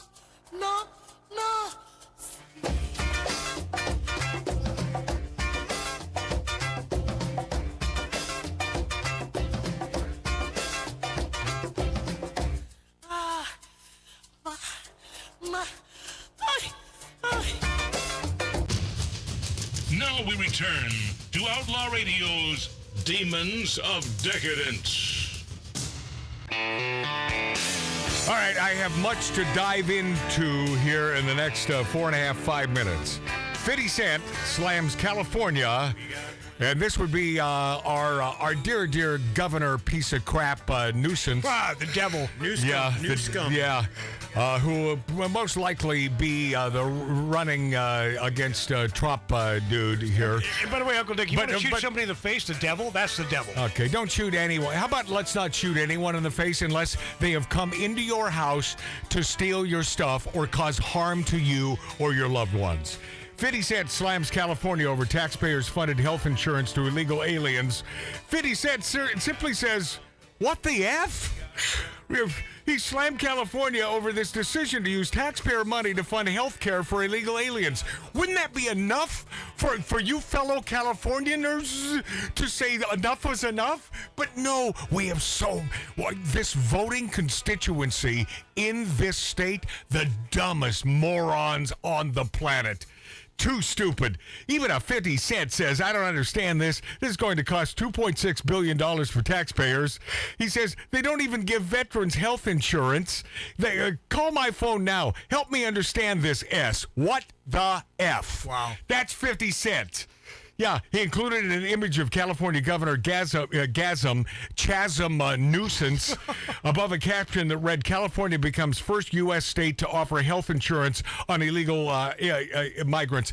Does this make sense to you in any way, shape, or form? We should be funding illegals? He's trying to get a vote. Son of a bitch. What he's doing, but of course, like he needs any more constituents. He has enough nimrods in this state to vote for him as president. I mean, play video. This one appears to show 90210 star Ian Ziering threw the first punch in that fight with bikers in Hollywood.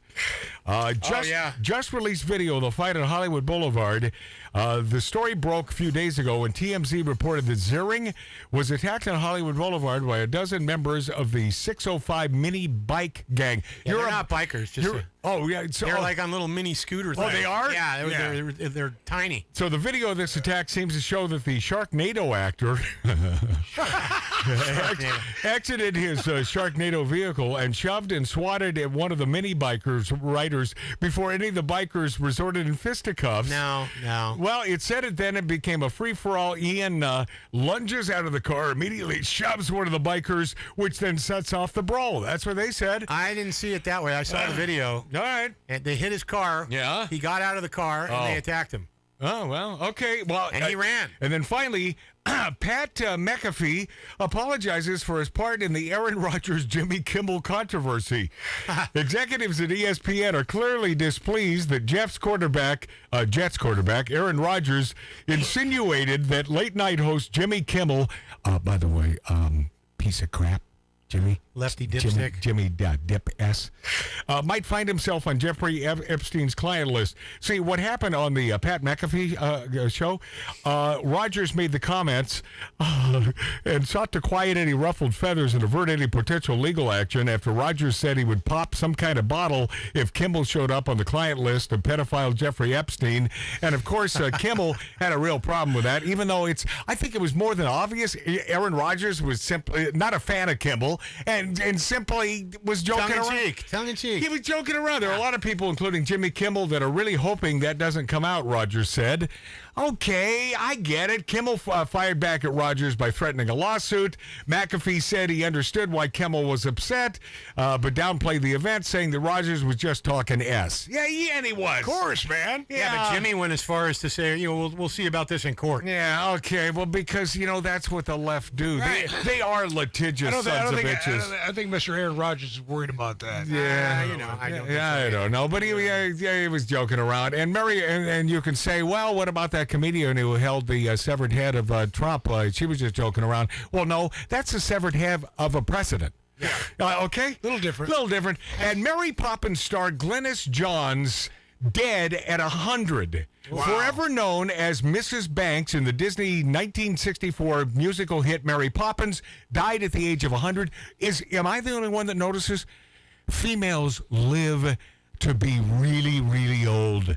Really, really old. Because why is that? Husbands want to die. They want to die? Is that what it is? Yes. And Elvis Presley to return via an AI concert in London. Wow. Reportedly set to return for another concert via artificial intelligence in London, where he will appear on stage as a hologram. Now, if it really if it's like 99% there and it really looks like the king is on stage, you would go. Yeah, but I got a feeling, it's not going in London? to. In London, did you say? Yeah. Well, he's not going, Marty. Okay. What? What? He's not going to fly to London to see that. If it was good. No. Yeah, yes, if they want to pay for it, I'm used to that. I'm a coddled son of a bitch in media. I don't know why we're not going to break. Anyone? Okay. Thanks to Tattoo Dave, my brother Mart, my brother Mark C.G. Boyer, my brother, my other brother out there, Billy Dilly, our HR man Billy Dilly. I will continue to be Magic Matt on Magic Matt's Outlaw Radio on YouTube, on Rumble. Hit the activation button after you've subscribed to us on YouTube. Hit that activation button so you know when we're coming on. We really appreciate it. I mean that. I mean that? You know I'm not full of crap here? And don't forget, my friends, as Magic Matt has said, that would be me, and my buddy Milt Larson from the Magic Castle, bumblebees can't fly.